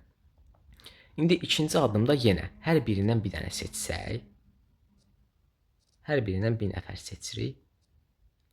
Onda nə olur? İki nəfər tapılır ki, bir ailədən olsun. Amma üçü də bir ailədən olmur da.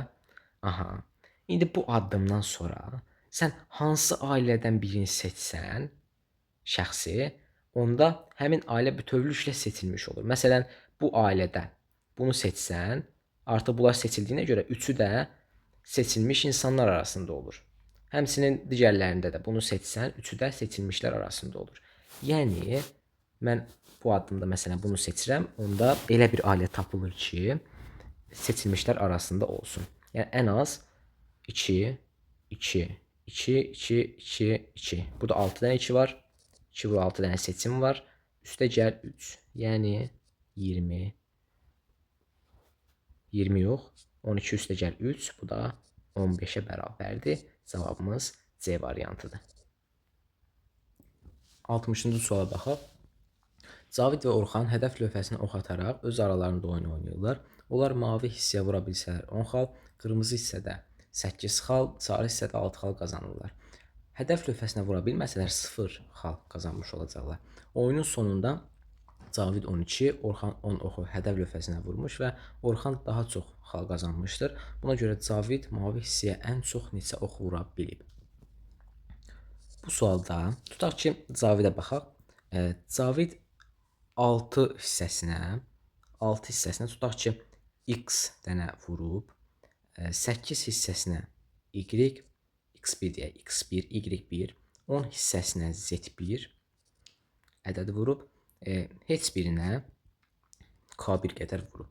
Tutaq ki, Orxan da 6 dənə vurub, 6 hissəsinə vurub x2 dənə, 8-ə vurub y2 dənə, sonra 10-a vurub z2 dənə, heç birinə vurmayıb k2 dənə. Cavid 12 hədəf lövhəsinə vurmuş, yəni ümumi vuruşların sayı 12-dir. Və nəzərə alaq ki, hədəf lövhəsinə vurulan vuruşların sayı 12-yə bərabərdir. Yəni x1 üstə gəl y1 üstə gəl z1 12-dir. Orxan isə x2 üstə gəl y2 üstə gəl z2 bərabər 10-dur. Orxan daha çox xal qazanmışdır. İndi bax, Orxanın xalına baxsaq, x2 6-ya x2-dən vurub, yəni 6x2 xal, 8 y2 xal, 10 z2 xal, k2 dəsinə 0-a bərabərdir, yəni 0 xal qazanır. Bu ifadə böyük olacaq. 6x1 üstə gəl 8y1 üstə gəl 10z1, bu qədər. Hər tərəfi 2-yə bölək. 3x2 üstə gəl 4y2 üstə gəl 5z2 böyükdür 3x1 üstə gəl 4y1 üstə gəl 5z1. Deməli, burada ayırsaq 3 vurulsun x2 üstə gəl y2 üstə gəl z2 üstə gəl y2 üstə gəl 2z2 böyük olacaq. 3 vurulsun x1 üstə gəl y1 üstə gəl z1 üstə gəl y1 üstə gəl 2z1. Bunun əvəzinə 10, bunun əvəzinə 12 yazaq. Onda 30 üstə gəl y2 üstə gəl 2z2 böyük olacaq. 36 üstə gəl y1 üstə gəl 2z1-dən Buradan da deməli y2 üstəgəl 2z2 böyük olacaq 6 üstəgəl y1 üstəgəl 2z1-dən.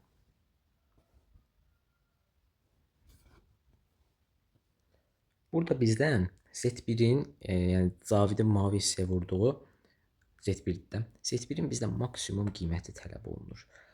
Burada biz hallara baxaq. Məsələn, birinci hal Z bərabər 12 12 olsun da, tutaq ki 12-si də 10-a düşsün. 12 olsa Z bərabər 12. Onda x1 üstəgəl y1 bərabər 0, yəni x1 də 0-dır, y1 də 0-dır. Bərabərsizlikdə tətbiq etsək, y2 üstəgəl 2z2 böyükdür 6 üstəgəl z12 idi 24, yəni 36. 30. y2 üstəgəl 2z2 böyükdür 30.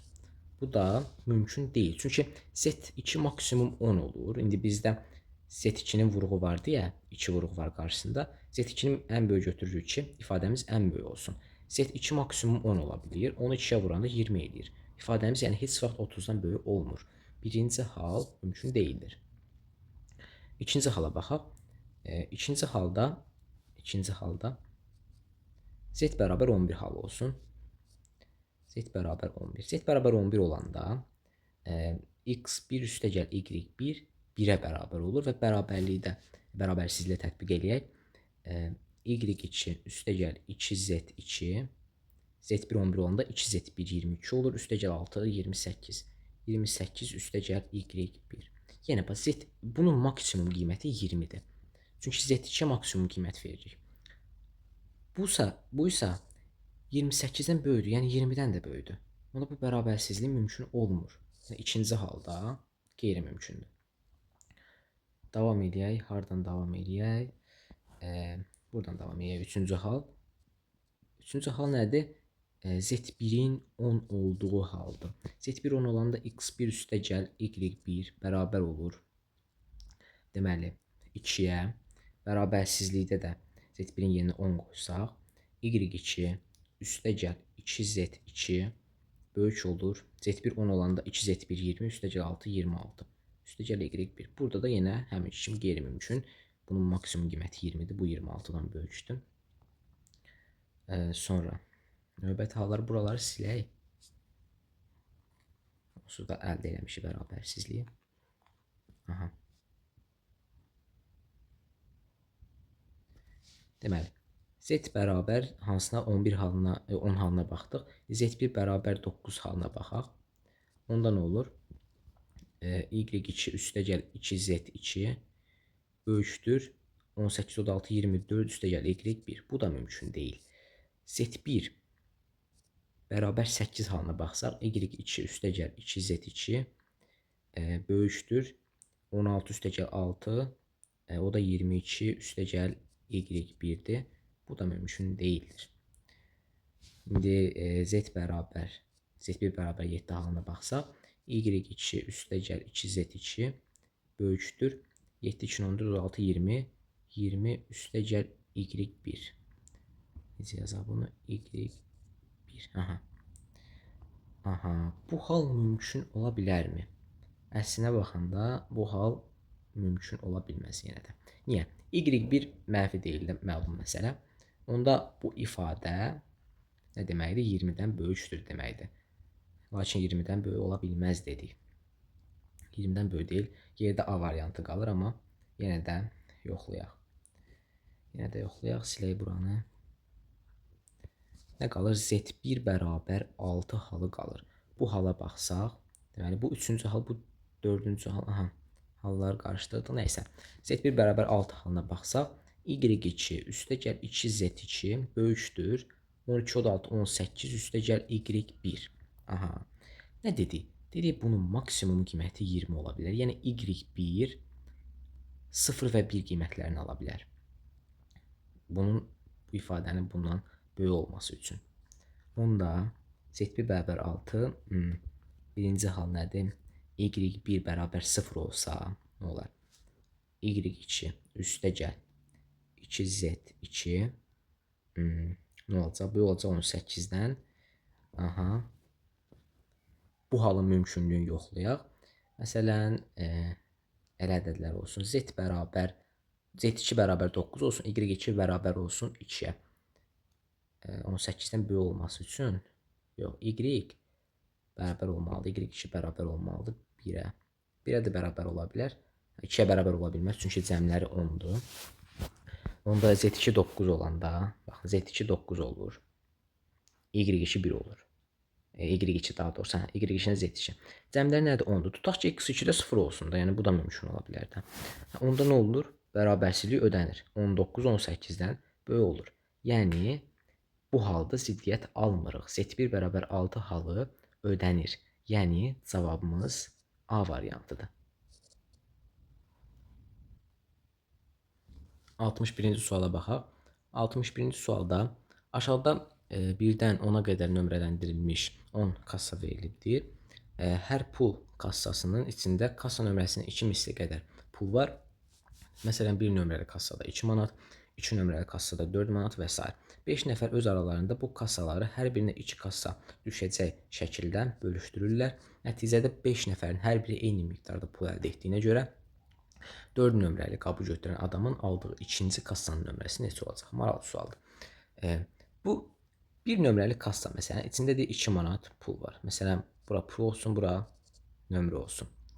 Məsələn, 2 nömrəlinin içində 4 manat, 3-ün 6, 4-ün 8, bu şəkildə 10 nömrəlinin içində nə qədər var? 20 manat pul var. Bu 5 nəfər öz aralarında bərabər bölür bu pulu. Yəni, ümumi pul 5-ə bölsək, bir nəfərə düşən pul miqdarı tapılar. Yəni, ümumi pul nədir? 2 üstəgəl 4 üstəgəl 6 üstəgəl 20-yəcən bölünsün 5. Yəni, 2 vurulsun, 2-ni çıxaraq 1 üstəgəl 2 üstəgəl 3 20-yəcən bölünsün 5. Qaos düsturu ilə, cəm düsturu ilə 2 vurulsun 20 vur 21 böl 2 böl 5. 2-lər ixtisar gedir. 420 böl 5. Bu da misalda bir problem oldu. Birdən 20-yəcən yox, birdən 10-acan cəm. 10-acan problem oldu burada. 2 vurulsun 10 vur 11 böl 2 böl 5. 2-lər ixtisar gedir, qalır 22. 5 22-yə vuranda 110 olur. Deməli, bir nəfərə 22 manat pul düşür deməkdir. Yəni, hər adama 2 kassa düşür axı. Bu kassanın nömrəsi tutaq ki, A olsun, bu B olsun. A-da 2A qədər pul var idi, B-də 2B qədər pul var idi. Ümumi 22 edir. 2A üstəgəl 2B 22 edir. Buradan A üstəgəl B bərabər 11 edir. İndi deyir ki, 5 nəfərin hər biri eyni miqdarda pul əldə edir və 4 nömrəli qabı götürən adamın aldığı ikinci kassanın nömrəsi neçə olacaq? A əgər 4 olsa, 4 nömrəli olsa, bu nömrəni bildirirdi. B-dən olacaq 11 çıx 4, yəni 7. Cavabımız C variantı. 62-ci suala baxaq. Verilən qrafikdə Bakı Tovuz yolu üzərində hərəkət edən yük maşını ilə bir avtomobilin məsafə zaman asılığı göstərilmişdir. Buna görə avtomobillə yük maşını Bakıdan 00, yəni Bakının nöqtəsi 00-da neçənci kilometrdə qarşılaşarlar. Yəni Bakıdan neçə kilometr uzaqda.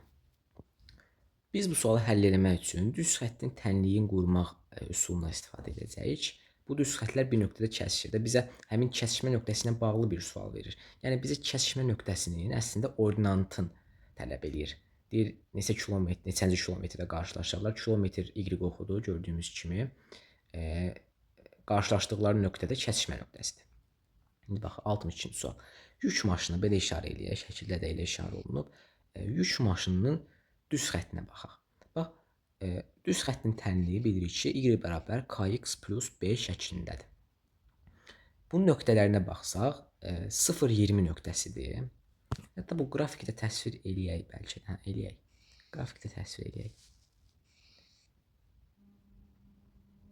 T-dir bu. Bu da kilometrdir.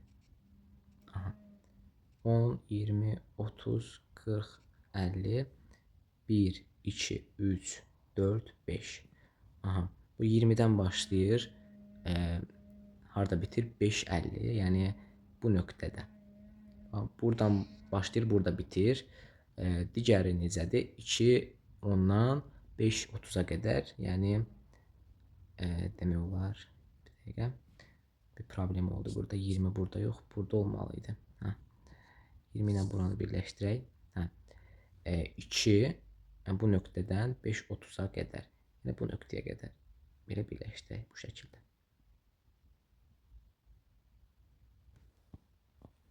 İndi bu düz xəttə baxaq. Bu düz xətt ordinatı 50, deməli, absisi 5 olan bir nöqtədən keçir.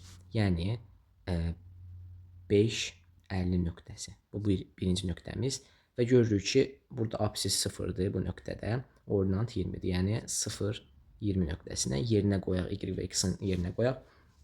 X-in yerinə 5 qoyanda, y-in yerinə 50 qoyanda 50 bərabərdir 5k üstəgəl b və deməli x-in yerinə 0 qoyanda kx 0 olur. 20 bərabərdir b-yə. B 20 olanda 5k 50 çıx 20, yəni k bərabər 6-ya. Düz xəttimizin tənliyi nə olur? B-ni tapmışıq, k-nı tapmışıq. Y bərabər 6x üstəgəl 20. Bu birincinin tənliyidir. İndi digərinə baxaq. Yəni bunun tənliyinə baxaq. Burada görürük ki, bu 2-dir. 2 0-dan keçir. Onu da tənliyini yazaq bu şəkildə. Y bərabər kx plus b. Keçir hardan? 2 0-dan və deməli keçir 5 30 nöqtəsindən. Bura 30-da. 5 30-dan da keçir də buradan. 5 30 nöqtəsi. Yerinə yazaq.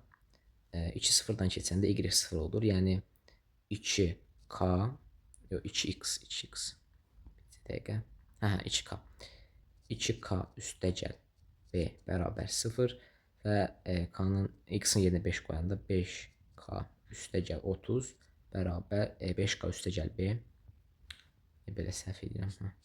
5k üstəgəl b bərabər 30-a.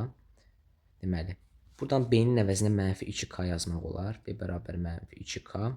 Buradan 3k bərabər, buradan yəni b-nin əvəzinə mənfi 2k yazanda 3k bərabər 30. K da bərabər 10 əldə olunar. B k-nın mənfi 2 misli idi. B də bərabər mənfi 20 əldə olunar. Düz xəttin tənliyini buradan yazaq. Y bərabər 10x üstəgəl 20. 10x minus 20. Bu şəkildə 10x çıx 20. Aha, bu ikisinin kəsişmə nöqtəsi. Baxaq. Kəsişmə nöqtəsində y-lər bərabər olur. Yəni bu qiymətlər bir-birinə bərabər olur kəsişmə nöqtəsində. 6x üstəgəl 20, 10x çıx 20-dir. Yəni 4x 40-a bərabər olur, x da 10 olur. X 10 olanda y də burada 6 vurulsun 10 çıxılsın, 6 vurulsun 10 üstəgəl 20, yəni 80-ə bərabər olur. Bizdən də elə y soruşurdu, ordinatı soruşurdu. Cavabımız 80-dir. Yəni D variantı. 63-cü suala baxaq. Kamal ilə Arif arasında belə bir dialoq olur. Kamal deyir ki, mən sənin indiki yaşına çatanda sən neçə yaşında olacaqsan? Arif deyir ki, mən 50 yaşında olacam. Bəs mən sənin indiki yaşında olanda sənin neçə yaşın var idi? Kamal da 14 yaşım cavabı verir. Buna görə Kamal və Arifin indiki yaşlarının cəmi neçədir? Deməli, tutaq ki, Kamalın x, Arifin y yaşı olsun.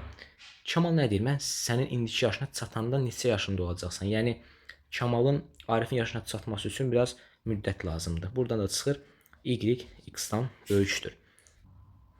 Kamalın Arifin yaşına çatması üçün Kamalın yaşının üzərinə, yəni x-in üzərinə y çıxılsın x gəlmək lazımdır ki, Kamal Arifin yaşına çatsın, yəni y-yə çatsın.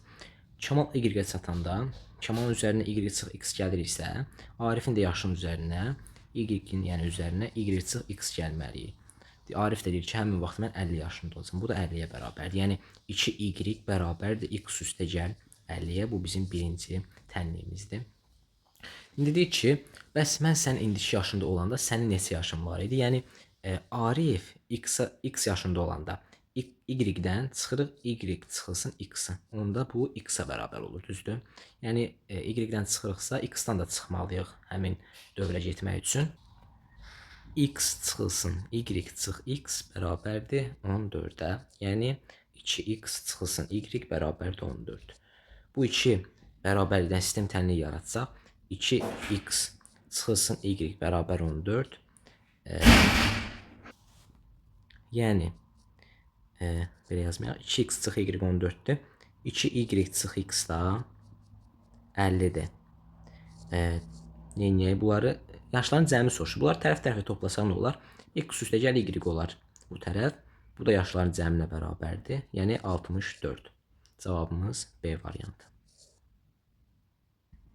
2 sualdan ibarət bu məsələyə baxaq. Anar 1-dən başlayaraq ədədləri 3-3 artırmaqla, Zeynəb isə 201-dən başlayaraq geriyə doğru 4-4 azaltmaqla səsli olaraq və eyni sayma sürətindən sayılır. Heç məsələyə baxmıram birinci. Anar 1-dən başlayır da. Məsələn, birinci addımda 1-dən başlayır. İkinci addımda 3 artırır. 1 üstəgəl 3 vur 1. Üçüncü addımda 1 üstəgəl 3 vur 2. Belə gedir. Eninci addımda nə olur? Görürük ki, birlər sabitdir, dəyişmir. Üçlər də dəyişmir. Amma 2-dən 1 vahid azdır. Məsələn, 1. 3 vurulsun, 2, 3-dən 1 vahid azdır. Burada da necə olacaq? 1 üstəgəl 3 vurulsun, n çıx 1. Yəni 3n çıx 2. Düstur budur. Zeynəbə baxaq. Zeynəb. 201-dən başlayır Zeynəb. Birinci addımda 201. İkinci addımda 201 çıxılsın, 4-4 geriyə gedir. Yəni 4 vurulsun 1. Üçüncü addımda 201 çıxılsın, 4 vur 2. Və nəhayət eyninci addımda n deməyə buna k deyək, eyni olmasın. K-cı addımda 201 çıxılsın nə olacaq? 3, 2 isə k olanda 4 vur k çıx 1 olur. Yəni 205 çıx 4k. Düsturları yazdıq. Nə deyir? Aşağıdakı ədədlərdən hansı Zeynəbin saydığı ədədlərdən biri deyil? Bax, Zeynəbin ədədinin düsturuna baxaq. 3n çıxılsın 2-dir. Daha doğrusu bu Anarın düsturu idi. Zeynəbin düsturu 205 çıxılsın 4k-dır. Belə baxa bilərik. K natural ədəd olduğuna görə 205 çıxılsın 4k. 4k 4-ə tam bölünür. Yəni bu müqayisəlidir 205. Yəni bunun 4-ə bölünməsindən alınan qalıq əslində 205-in 4-ə bölünməsindən alınan qalığa bərabərdir. Bu da 1-dir. Yəni 4-ə bölünəndə bir qalığı alınmayan ədədlər Zeynəbin ədədləri olan sıraya aid deyil. Sən 161 4-ə böləndə bir qalıq qalır, olar. 157-də bir qalıq qalır, ancaq 154-də bir qalıq qalmır. 154-ün 4-ə bölünməsindən alınan qalıq 2-yə bərabərdir. Ona görə C variantını götürürük. 65-ci suala baxaq.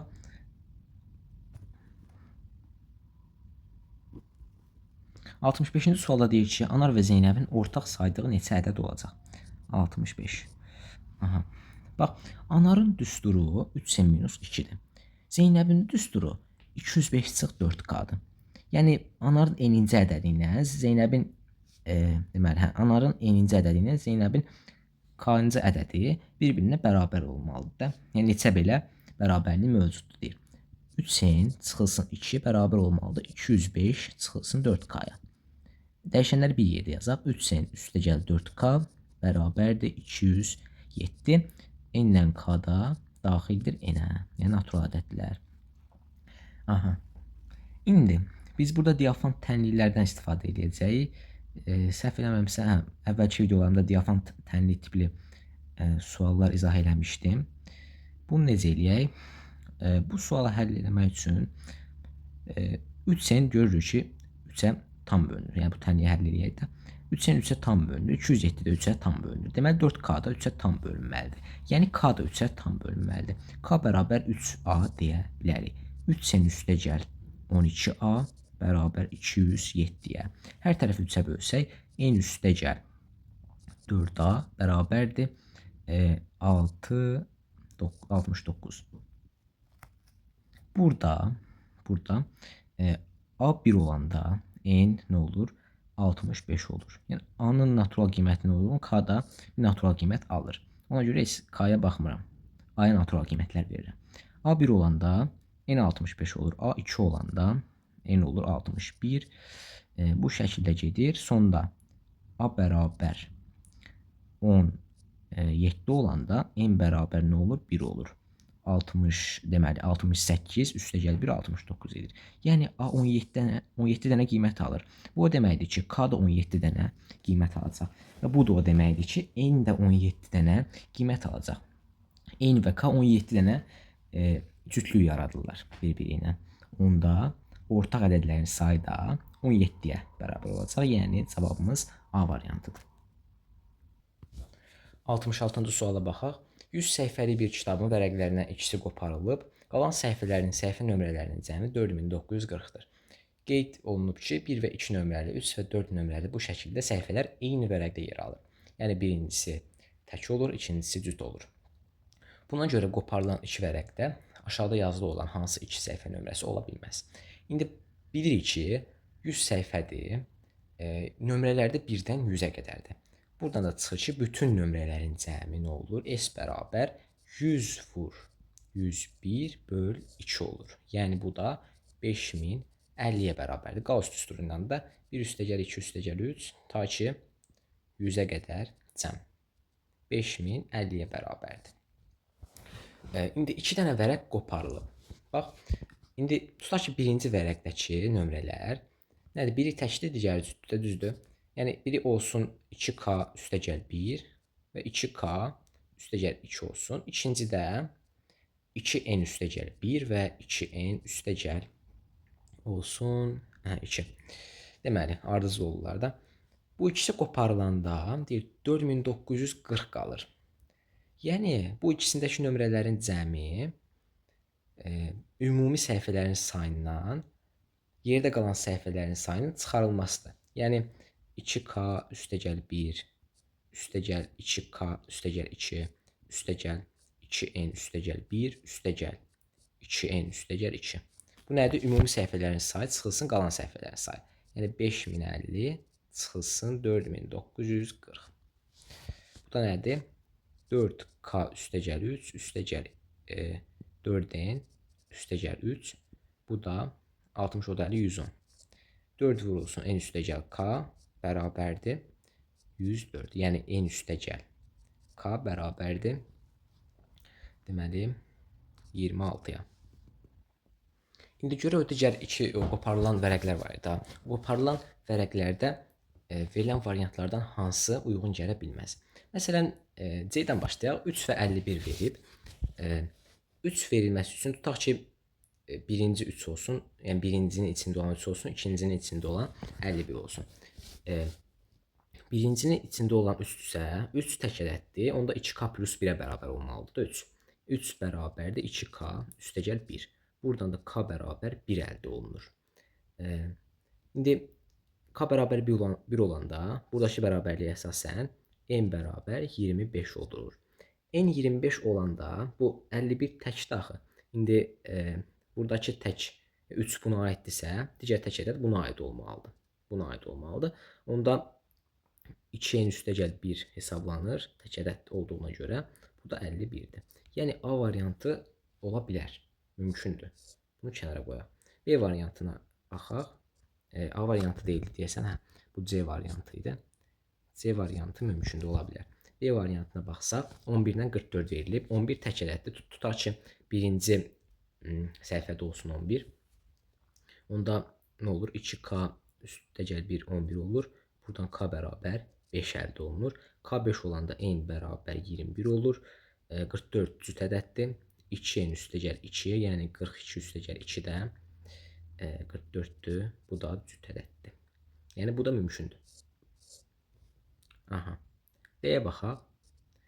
5-dən 52 verilib. 2N üstəgəl 1 5 olsa, N bərabər 2 olar. K da bərabər olar 24-ə. K 24 olanda 52 cüt olduğuna görə deməli 2K üstəgəl 2 götürüləcək. 2K üstəgəl 2, yəni 48 üstəgəl 2. Bu isə 50-dir, 52 deyil. Amma A variantına da baxaq. A variantında nədir? Bu hal mümkün deyildi dedik. Yəni cavab D variantıdır. Amma A-ya da baxaq. 24 cütdür. 2N üstəgəl 1 cüt olarsa, yəni 2N üstəgəl 2 daha doğrusu 24 olarsa, buradan N bərabər 11 əldə olunar. Yəni K da bərabər 15 əldə olunar. 32 də cütdür. 2k üstə gəl 2 bərabər 30 üstə gəl 2. Bu da 32-dir. Yəni bu halda mümkündür. Mümkün olmayan yeganə hal D variantındakı haldır. Cavabımız D-dir.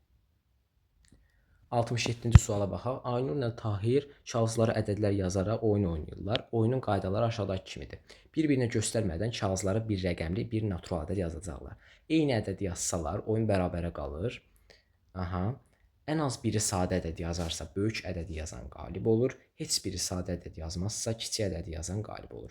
Oyunda Aynurun yazdığı ədədin cüt olduğu bilindiyinə görə Tahir aşağıdakı ədədlərdən hansını yazarsa qətiyyən oyunu uduzmaz. Bu da maraqlı sualdır. 67-ci sual. Deməli, Aynur və Tahir kimi qruplaşdıraq. Aynur bir ədəd seçir və seçdiyi ədədlər cütdür. Yəni, belə eləyək. Hallara ayırsaq, məsələn, birinci halda Aynur 2 seçə bilər. İkinci halda 4, 6 və 8. Başqa olmaz, çünki bir rəqəmli ədədlərdir. Tahirin də seçəcəyi ədədləri bu şəkildə yazaq. Görək hansı hallar mümkündür Tahirdə. Bu şəkildə parçalayaq. Aha.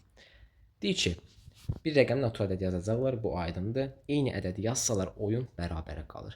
İndi deyir ki, Tahir aşağıdakılardan hansını yazarsa heç vaxt oyunu uduzmaz. Məsələn, Tahir 2 yazsa bərabərə qalarlar, oyunu uduzmaz. Bir problem yoxdur. Tahir 1 yazsa. İndi deyir ki, ən az biri sadə ədəd yazarsa. Aynura sadə ədəd yazıb, 2 sadə ədəddir. 2 sadə olduğuna görə deyir, bu zaman böyük ədədi yazan qalib olur. Yəni Aynura qalib olacaq. Tahir 1 yazanda uduzacaq. Yəni Tahirin 1 yazanda uduzduğu bir hal mövcuddur. Onda deyə bilməzsən ki, Tahir 1 yazanda qətiyyən oyunu uduzmaz. Bir halı həmişə mümkün olmur. Bu getdi. İndi 3 yazaq. 3 də sadədir, 2 də sadədir. Böyük ədədi yazan qalib olur. Yəni 3-ü yazan qalib olacaq. Burada bir problem yoxdur.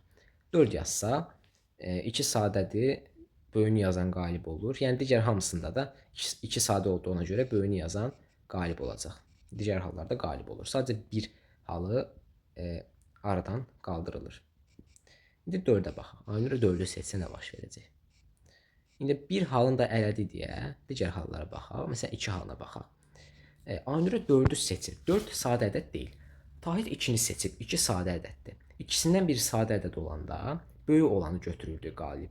Talib 2-ni seçəndə, Tahirə daha doğrusu, Tahir 2-ni seçəndə böyük olan qalib olacaq, yəni 4 olan. Aynura qalib olacaq. Yəni 2 halı həmişə mümkün olmaya bilər. 2 halı mümkün olmaya bilər. 2-ni kənara qoyaq. 3 olanda. 3 sadə ədəddir. Yenə böyük olan qalib olacaq. Yəni 4 qalib olacaq. 3 halı da getdi. Məsələn, 4 halına baxaq. Bərabər olanda heç biri qalib olmur, amma heç biri də məğlub da olmur. 5 halına baxsaq, 5 sadədir, böyük olan qalib olacaq. Sonra 6 halına baxsaq, 6 halında ikisi də mürəkkəb ədəddir. İkisi də mürəkkəb olanda kiçik olan qalib, kiçik ədəd yazan qalib olur. Yəni Aynura qalib olur 4-ü yazan. Yəni 6 halı da həmişə mümkün deyil. 6-nı da kənara qoyaq. 7-yə baxaq. 7 sadədir, böyük olan qalib olacaq, problem yoxdur. 8 olanda ikisi də sadə, daha doğrusu ikisi də mürəkkəb olur. Yəni kiçik yazan qalib olur. Onda 8 halda həmişə mümkün olmur. Tutaq ki, 9-u yazsın. 9 yazanda ikisi də mürəkkəb ədəddir. Kiçik olan qalib olur. Yəni 9 halında uduza bilir. 9 da mümkün deyil. Aha, çox hal burada aradan qalxdı. Bir neçə hal qaldı. Bax, 1, 2, 3 getdi. 4 qalıb. Deməli. Sonra 5 qalıb. 6 gedib. 7 qalıb. 4, 5, 7. Başqa 8, 9 qalanlar gedib. İndi bunları yoxlayaq 6 ilə. Aynura 6 yazanda Tahir 4-ü yazsa, ikisi də mürəkkəb olduğuna görə kiçiyi yazan qalib olur. Yəni 4 halı qalır. 6, 5 olanda Tahir sadə ədəd yazdığına görə böyük ədədi yazan qalib olacaq. Yəni Aynura qalib olacaq. 5 halda mümkün olmaya bilir. Yəni 5 halında məğlub ola bilir. 5 halı getdi.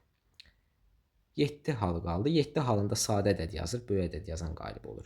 İndi 8 yazanda Aynura biləcək ki, 4 yazanda mümkün deyil. Daha doğrusu 4 yazanda qətiyyən uduzmaz, yoxsa 7 yazanda qətiyyən uduzmaz.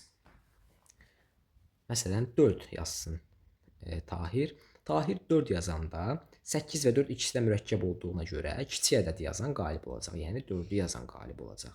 Tahir 7-ni yazanda 7 sadə olduğuna görə böyüyünü yazan qalib olacaq. Yəni 8-i yazan Aynurə qalib olacaq. Bu zamanda uduza bilir. 7 halı da getdi. Yerdə bir dənə 4 halı qaldı. Yəni 4 yazanda Tahir heç vaxt məğlub olmaz. Cavabımız C variantıdır. 68-ci suala baxaq. Sinifdəki eynəksiz oğlanların sayı eynəkli qızların sayına 2 dəfə çoxdur. Məsələdə görürük ki, şagirdlər kateqoriyalara ayrılıblar. Eynəkli oğlan, eynəksiz oğlan, eynəkli qız, eynəksiz qız. Onda biz belə bir cədvəl quraq. Bax, oğlanlar bu hissədə olsun. Oğlanlar, qızlar, eynəkli, bir də eynəksiz də burada olsun. Belə bir cədvəl. Niyə belə elədim? Eynəkli oğlanlar bu hissədə olacaq. Eynəksiz oğlanlar bu hissədə olacaq. Eynəkli qızlar burada olacaq. Eynəksiz qızlar burada olacaqlar. Bax, bu hissədə olacaqlar. Bunları simvollarla işarə edək. X, Y, MN yazaq. Eynəksiz oğlanların sayı eynəkli qızların sayından 2 dəfə çoxdur. Eynəksiz oğlanların sayı Y-dir. Deyir, eynəkli qızlardan 2 dəfə çoxdur. Yəni 2 vurulsun M-dir. Sinifdəki eynəkli şagirdlərin sayı ilə qızların sayı bərabərdir. Eynəkli şagirdlərin sayı X üstəgəl M-dir. Göründüyü kimi. Qızların sayı da M üstəgəl N-dir. M plus N. Bunlar bərabərdir. Eynəkli qızların sayının oğlanların sayına nisbəti. Eynəkli qızların sayı M-dir. M bölünsün. Oğlanların sayı X üstəgəl Y-dir. Bu nisbət nədir? 2 bölü 7-dir. Buna görə eynəkli oğlanların sayının bütün qızların sayına nisbətini tapın. Yəni, eynəkli oğlanların sayı X-dir. X-in deyir, nəyə nisbətini tapın? Qızların sayı da nədir? M üstəgəl N. Səndən bu nisbəti soruşur. Burada ikinci bərabərlikdə hər tərəfdən M çıxsa, qalar X bərabərdir N. Düzdür. Üçüncü bərabərlikdən də istifadə edək. Deyir ki, M-in X üstəgəl Y-ə nisbəti 2-nin 7-yə nisbətidir. Yəni, 7M 2X üstəgəl 2Y-dir. Burada həm də bilirik ki, Y 2M-ə bərabərdir. Y-in yerinə 2M yazsaq, 2Y nə olar? 4M olar. Buradan da 2X bərabər 3M əldə olunur.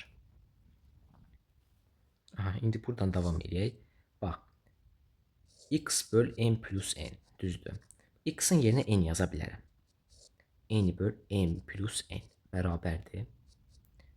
Deməli, X-in yenə dedik, N yaza bilərik. N 2N bərabərdir 3M. Burada N-in əvəzinə 3K, M-in əvəzinə 2K yazmaq olar. Bax, bunu yaza bilərik biz. İndi N bərabər 3K olanda sürət 3K olur. İkisinin cəmdə 3K üstəgəl 2K 5K-ya bərabərdir. Bu da 5-də 3-dür. Yəni, cavabımız A variantıdır.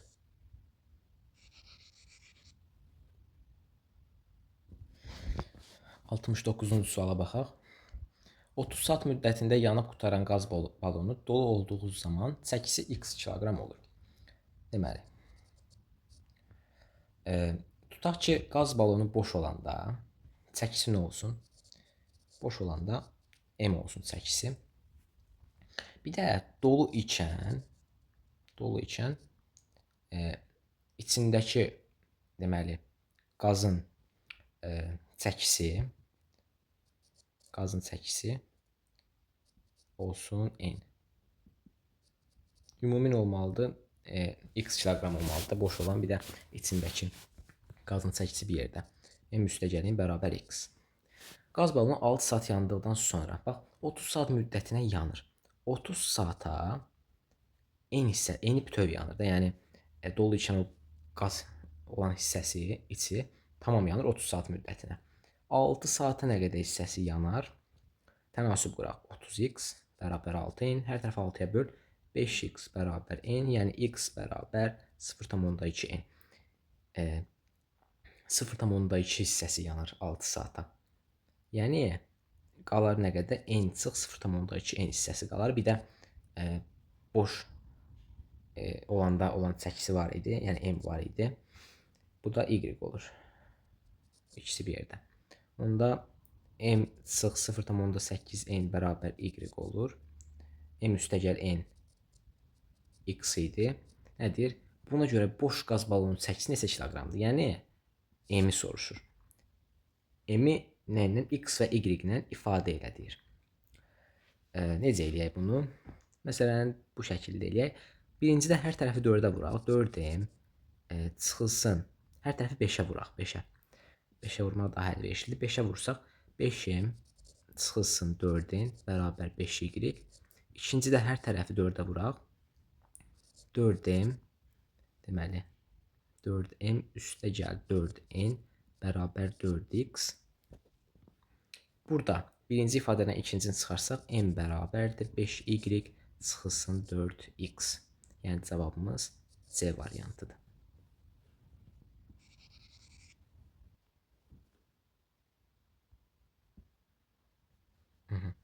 Keçək indi 70-ci son suala, yəni. 70 də maraqlı sualdır. PQR ədədləridir, 2 rəqəmli tam ədədlərdir. PQR ədədlərinin cəmi 8-dir. PQR ədədlərindən biri mənfidir, digər ikisi isə müsbətdir. Tutaq ki, P ədədimiz olsun mənfi, Q ilə R olsun müsbət, yəni 0-dan böyük. Onda üçünün cəmində nə verilib bizə? 8 verilib. Üçünün cəmi 8 verilib. Müsbət olan 2 ədəddən birinin 3 qatı ilə digərinin 5 qatı toplananda A ədədi alınır. Və burada da fərz edə bilərik ki, Q böyükdür R. Q-nün deməli birinin 3 qatı, Q-nün 3 qatı olsun. Q-nün 3 qatı üstəgəl R-ın 3 qatı, vursun 5 qatı daha doğrusu bərabərdir A ədədi. A-nın ən böyük qiyməti nə qədərdir? İndi A-nın ən böyük qiymət alması üçün Q ilə R-in cəmi mümkün qədər böyük bir ədəd olmalıdır, düzdür? Onda R də mümkün qədər kiçik olmalıdır.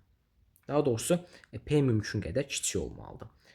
P-nin də ən kiçik qiyməti -99-dur. Çünki 2 rəqəmli olduğuna görə və mənfi olduğuna görə ən kiçik qiyməti -99-dur. Onda maksimum Q üstəgəl R nə olur? 99 üstəgəl 8, yəni 107.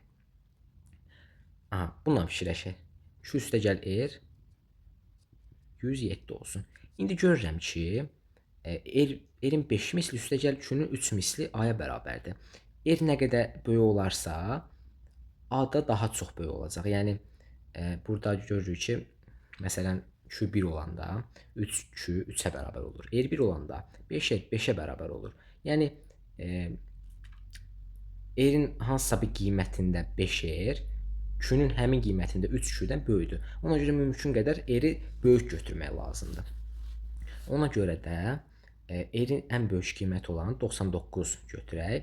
R bərabər 99 olsun. Onda da R 99 olanda Q bərabər 8 olur. Amma bizə bunların 2 rəqəmli olduğu deyildiyinə görə Q 8 olmaz. R 98 olanda Q 9 olur. R 97 olanda Q 10 olur. Bu halı götürəcəyik. Bu halda 3Q olur, 3 vurulsun 10. 5R olur, 5 vur 97. Cəmin olur 30 üstəgəl deməli 485. Bu da 515-ə bərabərdir. Yəni cavabımız B variantıdır və suallar bitdi.